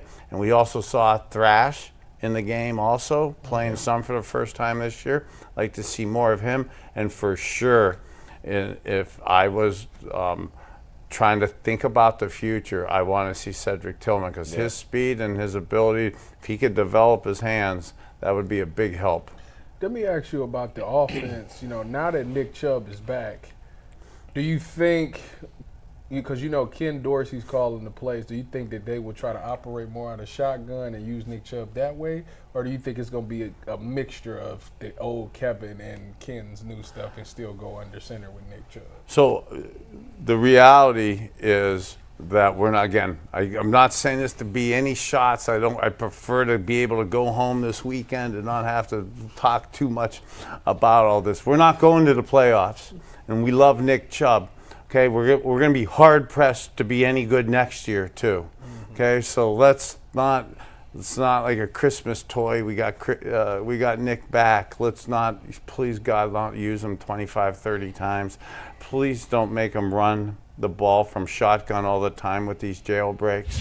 Don't put him under center. Give him some blocking type stuff. You could do some of that shotgun, but checking wides and sometimes in those spread type things where guys are flying at you, they could be falling down on your legs and stuff. We don't need that. He doesn't need to be subjected to this right now. And he'd fight me probably and argue with anybody who probably said don't play him as much. But right now, man, as us players, we got to be helped from ourselves sometimes. And I think as much as that great, awesome young man's going to want to get out there and do whatever it takes, I think we as adults have to be judicious with him so that it doesn't keep getting worse in terms of next year's potential guys we need. Because here we are, it's not Halloween, and we're thinking of next year. Yeah. If you think about it, the Browns, you said they're not going to the playoffs, which is true. In the last 50 win 10 straight. Yeah, good luck with that. In the last 50 and I years, thought I lived in Disney World. Yeah, right. In the last 50 some odd years, since 1972, the Browns have never gone to the playoffs in consecutive seasons, except when Bernie was there, 85 to 89, you guys went to the playoffs 5 years in a row. That's it. In the last 50 years, they've not gone back-to-back years any other time except for those 5 years. My question about that is, when you go to the playoffs every year, and if I remember correctly, when you went in 85, you guys were only 8-8, right? Yes. And then the records got better after that. But is there something like, are there some players that kind of rest on their laurels a little bit because they're like, we made the playoffs last year, should be easy this year? Is there some, as the leader of the team, do you have to get that out of guys? Wow, you get me fired up here. I'll stay longer on this if you want, because that is how your top handles life. Is how everybody else does, and that's where I loved how I believe the Belichick Tom Brady model works so great, because Bill was OCD obsessive, and so was Tom, and being able to never be satisfied, and you weaned everybody else out. Yeah. To a lesser degree, I firmly believe that I was really like that. And there was no happiness in just being in the playoffs. Right. Even though truthfully you were. Okay, because the only thing worse than losing in the playoffs is not being in the playoffs and being home for Christmas watching it. And I never wanted to be the guy not being able to play in the big games and stuff. So, that mentality of knowing that and believing that at all cost was really monumental on it. And it really I derived that. Marty was like that. He believed, he used to say the gleam and the Super Bowl and the championship was it. And then when you first said it's been 50 years, I first got selfish and started thinking, damn, I'm on my 40th year anniversary of the Hail Flutie pass coming up this year. And that team and the way we thought about it then, and then came to Cleveland that very next year, that obsessiveness with never being satisfied, and the championship was the only thing that mattered. If you don't have that, and then your culture at top, if you rest on your laurels, you get. Were there guys, obviously you don't want to name names, but were there guys on the Browns like that you had to hey, get your you-know-what together? We didn't accomplish anything yet. No, I'll tell you, that team, because they wouldn't have survived with Marty. They wouldn't have made it. Back then, there was he would bring 100, 110, 120 players into camp without guaranteed contracts. In success, they were whacking guys every week. Right. The rosters never stayed the same. Even when you were really good, So nobody ever really got comfortable. And if you were comfortable, you had to mask it. Yeah. Because everything was high intensity. Makes sense. Bernie, great stuff as always, man. Good to see you. Man. Let's see if they can get a win. You think they can win this week? I'm not feeling good about it. The Cavs are going to win tonight. It's the home opener. We're going to win this weekend. Who the Canes got this week?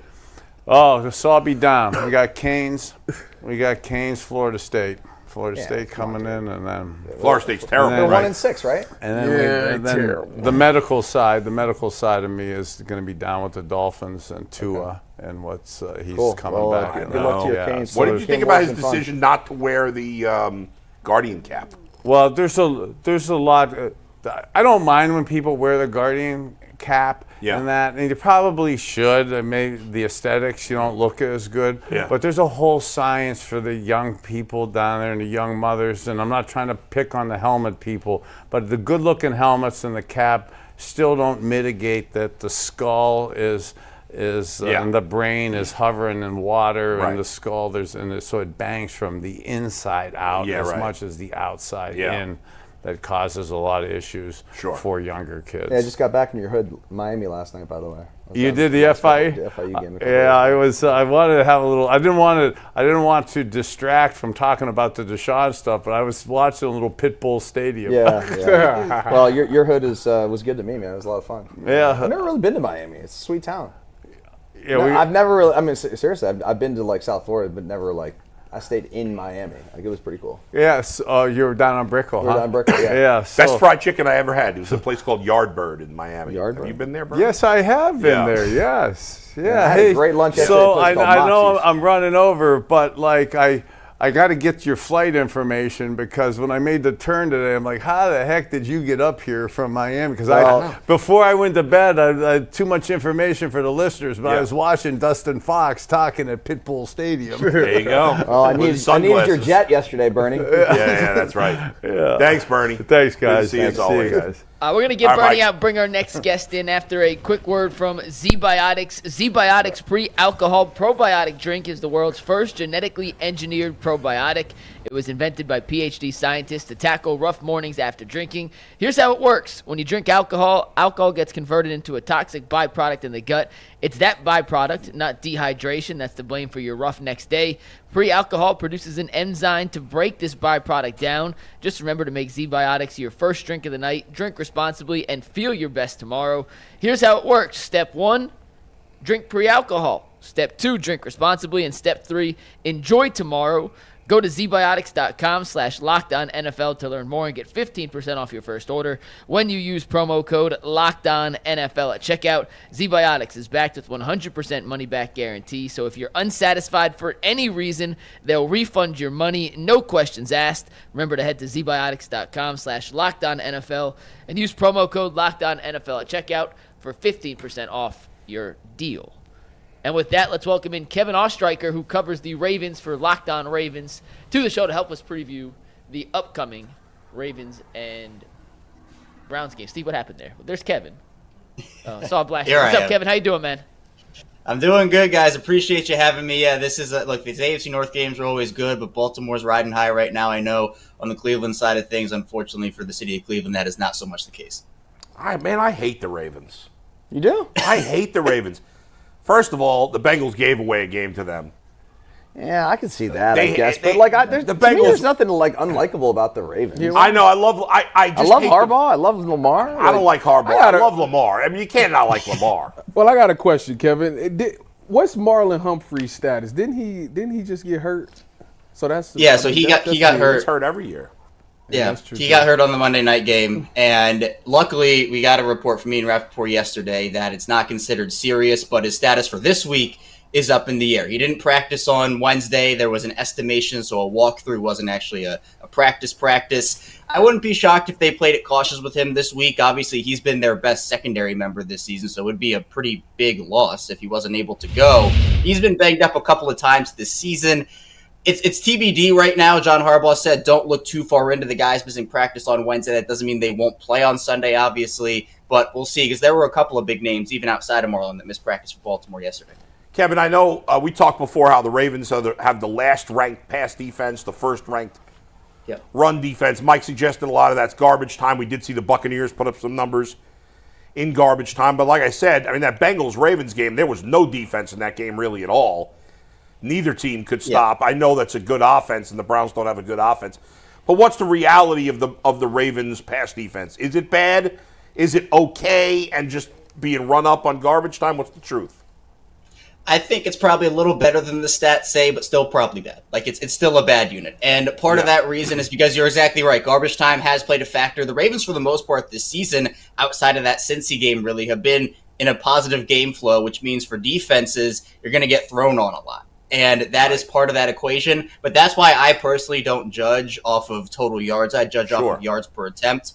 And I say, well, what are you doing in the opportunities you're getting given? And Baltimore still is a bottom 5 pass offense in yards per attempt given up. So I mentioned Marlon's playing really well, but part of it is they have a new defensive coordinator in Zach Gore after Mike McDonald left for Seattle. And Zach Gore's never called plays before. You know, he not high school, not college, not pro ball. This is his first experience calling plays. Now, he played for 3 years with the Ravens. That certainly should help, but it's been a bit of an adjustment period. And also the gauntlet that he has faced to start his defensive coordinator play calling career, guys like Patrick Mahomes, Dak Prescott, Josh Allen, Joe Burrow, etc. But again, for a Ravens team that has high expectations, you can't really afford to continue to go forth with these numbers. I mean, you have Marcus Williams, who's graded out as one of the worst, if not still the worst safety in the league right now. Brandon Stevens has played well in spots and not well in others. Nate Wiggins has had his rookie struggles. So I think for the Ravens, they have to be able, over this next month, to be able to establish something. Because even when you talk about covering tight ends, I mean, David Njoku's going to be on that field for Cleveland on Sunday. Roquan Smith has had,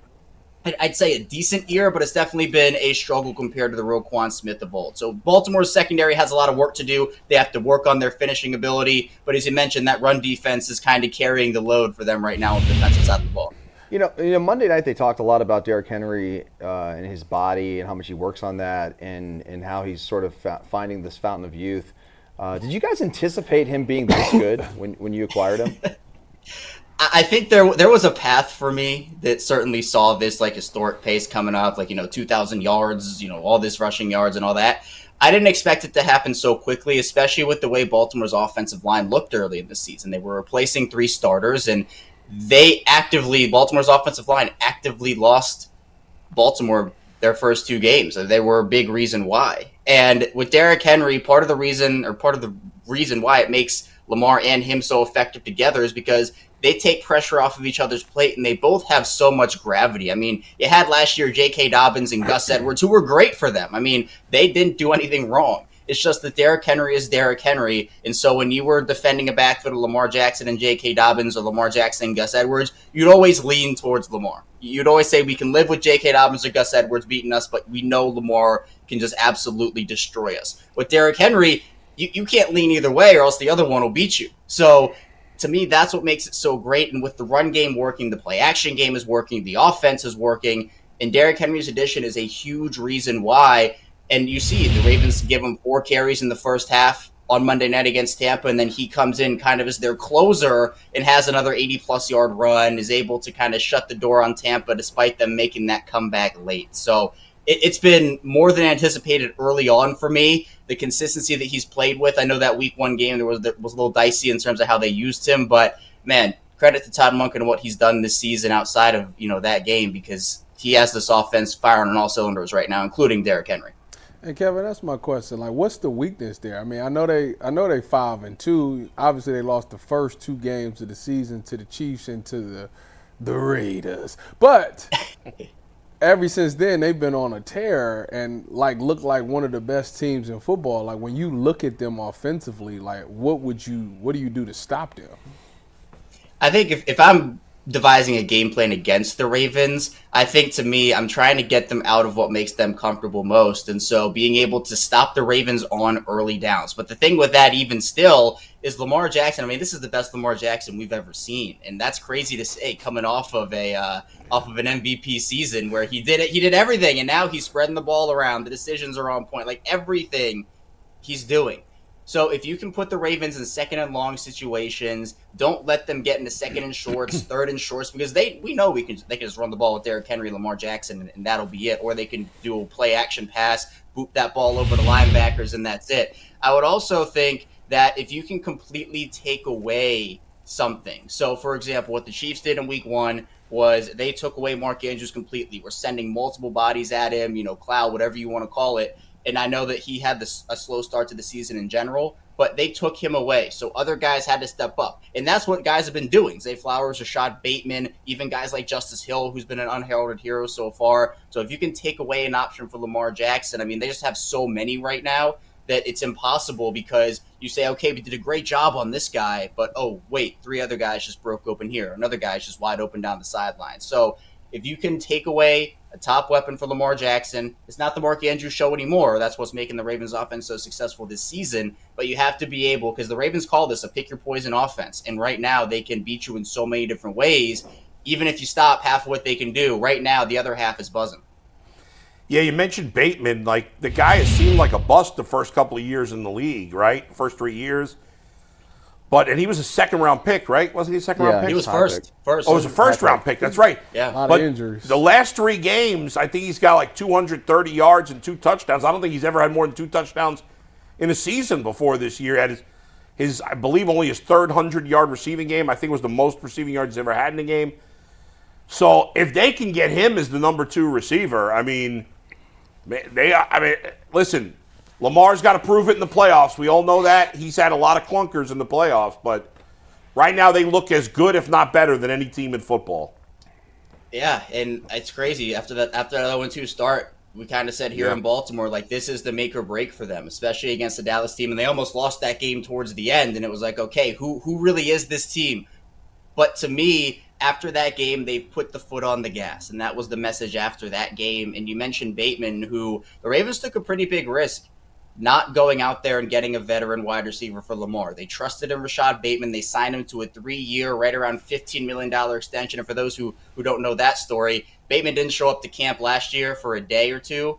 And since he was still on his rookie contract, his 5th-year option was completely voided. He didn't even know it. It just went away. So he was actually going to be a free agent this upcoming season, fired his agent. It was a whole thing. They got him on a great deal, and he's producing. It never has been a talent issue with Bateman, but, as you guys talked about, it's the injuries. That's been the thing that really has made him be, okay, is he really a player for them? Do they need to go get somebody else? And so they said, okay, new contract. We're not bringing anybody else to compete with you for your spot. Let's go see what you can do. And I think with that confidence, with that freedom, he has the confidence now. He's calling out the media and saying, you told me I couldn't do this. Like, I'm just going to let them create stories. He is playing at an all-time level right now for his career, and hopefully he can continue to ascend as we go on through the season for the Ravens. He better be careful of the trash talking the media. He's had 3 good weeks. Let's not get crazy.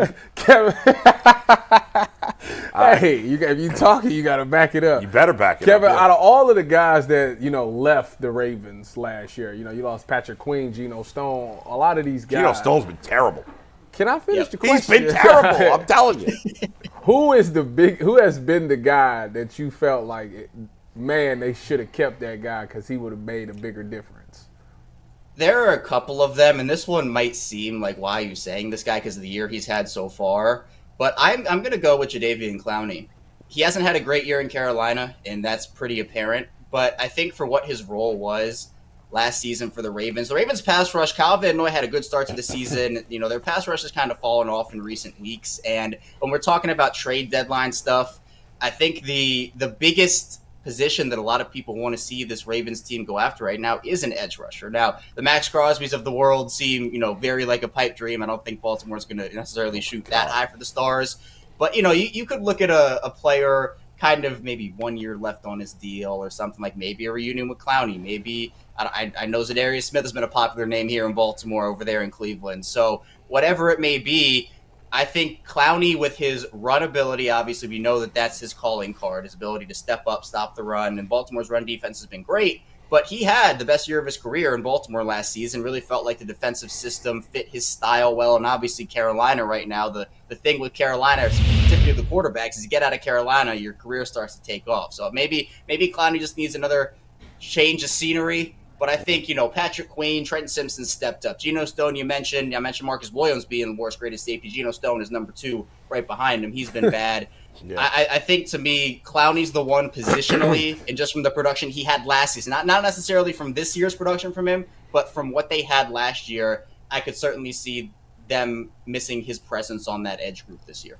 Go ahead, Kevin, Mike. I got 2 for you real quick. First off, did Mark Andrews, what was wrong with him early in the season, or was it just he was getting lost in the potential opportunities in this offense? Like, should I have any worries, or should Ravens fans and people who have Mark Andrews in fantasy make it all about you in fantasy football? I got him in fantasy too. I have him in a couple. I have him in a couple leagues.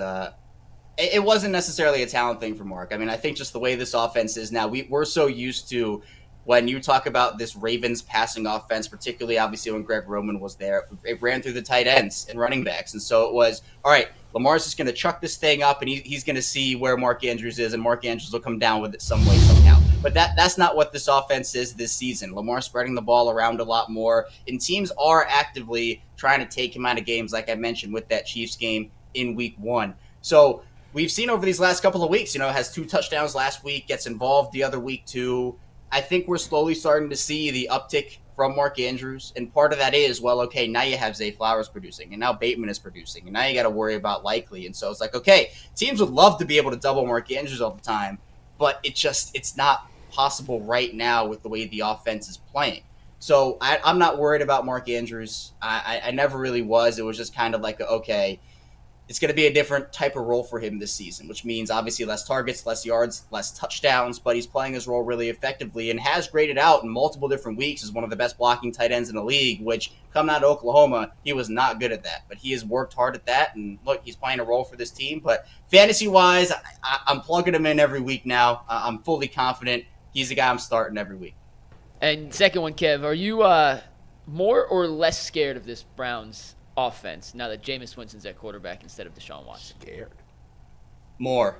If I'm using the word scared, I'd say more. And look, I can tell you the mood in Baltimore from what I saw on social media this week, at least when I'm scrolling on the timelines, people wanted Deshaun Watson in Baltimore. Because I think that was kind of like okay, they've played so poorly. We're more than a third of the way through the season right now.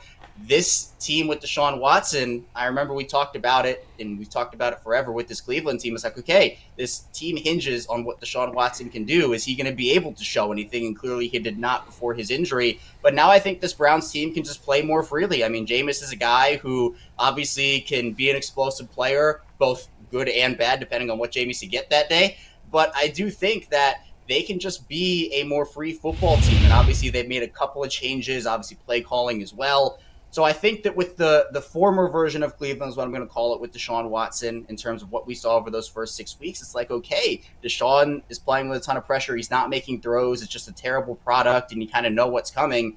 For this new version of Cleveland, it's like, okay, wow, they have a new guy. And we saw it. I know that Joe Flacco and Jameis Winston are not the same player, but Cleveland galvanized around Joe last season. And that was one of the things that really sparked their year. Can Jameis be the same guy for them? Who knows? But I think it gives them a better shot throughout the rest of the season than Deshaun Watson would have. Kevin, it's interesting with Harbaugh. It seems like the fans there have not that they don't want to change. Well, maybe they do want to change when they're having a rough stretch, but yet he continues with Lamar to have these runs where they win. They're a great organization. They're ran well. They've got a great culture. All those things that are important. Same thing goes for Pittsburgh with Mike Tomlin. I guess it's kind of interesting, right? I mean, you got 2 coaches tenured, 2 of the most tenured coaches in the entire league. Yet, the fan bases are so spoiled in those two towns where you got a coach these coaches just all they do is win. They don't have under 500 seasons. And people still want them replaced. Is that the case in Baltimore? People still starting to waver on John Harbaugh? There's been some wavering. Yeah, there's been a little bit of it. And what I try to say, in my opinion on it, is John Harbaugh is a heck of a coach. He's a good coach. Every coach has flaws, and John Harbaugh certainly has his. But the Ravens, let's just say it's a disaster and they miss the playoffs this year, I don't anticipate that happening, but let's just say a disaster happens or something along those lines. If the Ravens were to move on from John Harbaugh, there would be 20, 25 teams lining up out the door to try to get him as their head man because of his ability. And he's changed his way. Early on when he was in Baltimore, back when Ray Lewis, Ed Reed, all those guys were still on the team, he was brought on in 2008. He wasn't necessarily a player's coach. Like, he came in, tried to establish his way, and the players didn't necessarily like that. I mean, there were multiple different players who had differences with Harbaugh. There were players-only meetings, and, the interventions that happened early on in his tenure. But he has now shifted his tune into, he's the ultimate player's coach. Players want to play for him. But the thing that I think gets Ravens fans into the, all right, we want to get rid of Harbaugh section of it is some of the coaching decisions, the lack of game feel at times. And when this Ravens team over the last 5 years, they lead the league in, blown 10-plus point fourth quarter leads, and there are these mistakes, and the big narrative around the Ravens right now is, well, the Ravens' only opponent is themselves. Who can beat the Ravens? The Ravens can beat the Ravens. That all falls back on John Harbaugh, where, yeah, there have been poor decisions. There have been things that he doesn't necessarily do as well as other coaches, but if you're Baltimore, you'd have to be 100% certain if you ever moved on from John Harbaugh, and who knows, how that's going to unfold. But if you ever move on from him, you have to be 100% certain you can find somebody as good, if not better than him, for the remainder of Lamar's career. And that would be tough because he's one of the better coaches in this league. And, he's, I think, 19th in wins all time. He has a Super Bowl. The playoff success under Lamar has been underwhelming. And obviously that falls back. Obviously Lamar gets a lot of that flack, and also Harbaugh does as well. But I'd like to see what they do this season before we kind of get into that. Because some people are just all in that category. And, there's no change in the minds. Other people are, what are you talking about? That's crazy. He's a great coach. I'm in the wait-and-see mode because I think he's a great coach, but I want to see what they do in the playoffs this year before, we kind of get too crazy with the overreactions. Kevin, good stuff, man. We appreciate the time. Thank you for joining us. Absolutely. Appreciate you guys having me. Thanks so much. You got it. Kevin, man, must be fun covering the Ravens. Yeah. Right? Every year. We're Steelers. They're in the mix. You're talking about the old Browns. The old Browns, yeah. Mike, you got any super chats? We do have some super chats. Got to turn on the mic there, Mike. Well, I was hitting the other button for Kevin, and then I had to hit the other button. We need more hands back here. Nobody wants to hear the excuses. Let's go. We do have 4 super chats. We'll read those, and then we will talk about some of the comments from the press conference that went on. Did we have that comment from Shelby Harris? We can play it, yeah. Yeah. Hold on, let me send it to Anthony. And Dustin hasn't had a chance to talk about the fan reaction, but at this point, it's enough time. Shelby Harris is the worst thing he's ever seen. Let's take it down a notch. Shelby, the worst thing I've ever seen is watching you play football right now, buddy. Chill. That was my boy in Denver. Don't do that. It's enough. Hey. Let me read the super chats. The fans have been piled on enough. Chill. It's enough already. Let's go. Let me read the super chats. We'll get to that at the end. TBL, the bottom line, said, did Washington blow up the team? I'm guessing he means the Washington game. Was that the turning point? What? I don't know. When they went to get Jaden Daniels, I mean, they changed coaches. No, he's saying, was the loss to Washington the point where they said, all right, it's done. Oh, this year? Yeah. He had a Who did we play after that? I don't know. Philly. The Eagles, yeah. Go ahead. Stephen Allen Spencer said, I saw a rumor on Twitter that Kevin Stefanski will be fired at the bye week.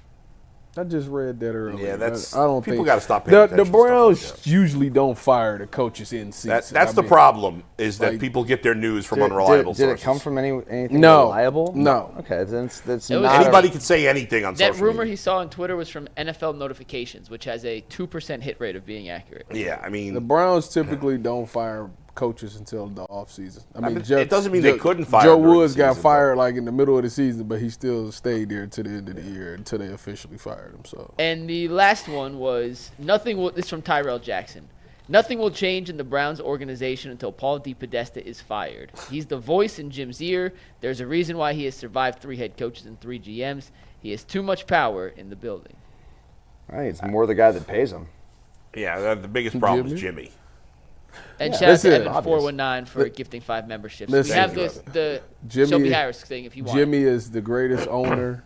It's a pleasure to work for him every Sunday. Jimmy's a criminal. Let's go.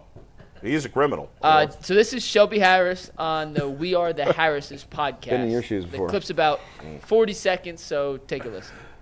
And it was one of the most disgusting things I've ever seen. Because no matter what the man's past is, if he was out there scoring touchdowns for you, and if we were having a better season here, it would have been none of that. And so now we're just getting to the ugly nature of what the NFL and what the fans are. But also, think about how it makes the other players on the team feel when someone else, one of their brothers, is out there giving it their all, and he gets hurt doing it while giving it his all, and you hearing cheering from the fans. It's bigger than football, and I think the fans got to realize you lost a lot of the players that day. And lost a lot of the players that day. What's your take? First of all, what was your take on those? I mean, obviously the fans, the boos, and the chants are not great. But it's a small percentage of fans that do it. Like, and you got to understand, at a game, fans are drunk. They're emotional. They're not acting like they're in a sane state of mind. So I think that's silly. Number one, for him to have that reaction. And look, I get it. Like, after the game, it seemed very apparent the players wanted to make that the narrative. That they wanted to talk about that. And that's fine, because they were tired of talking about Deshaun Watson. So that's what they got after the game. But that's blown over. I don't think it's anything. I think it's the guys wanting to talk about something that was disgusting, some of the stuff that the people were doing. Just because when I say disgusting, I mean, like, you don't boo when a guy's hurt. You don't. I don't care. Yourself I don't care what you think about the individual. You know, I don't love the stuff that Deshaun's alleged to do. Who does? But it doesn't matter. The guy's down, and I wouldn't be booing. It's just so he's right about that. But, like, dude, to be able to say the fans lost the players.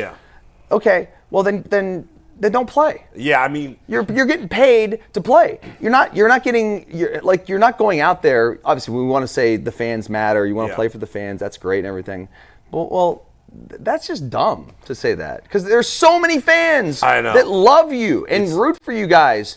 And because 5,000 people at the arena or the venue were chanting because they're hammered, like, come on. Fact of the matter is, players don't play for the fans; they play for each other. So he's gonna be out there. He's gonna play as hard as he can on Sunday because he respects the person that's next to him.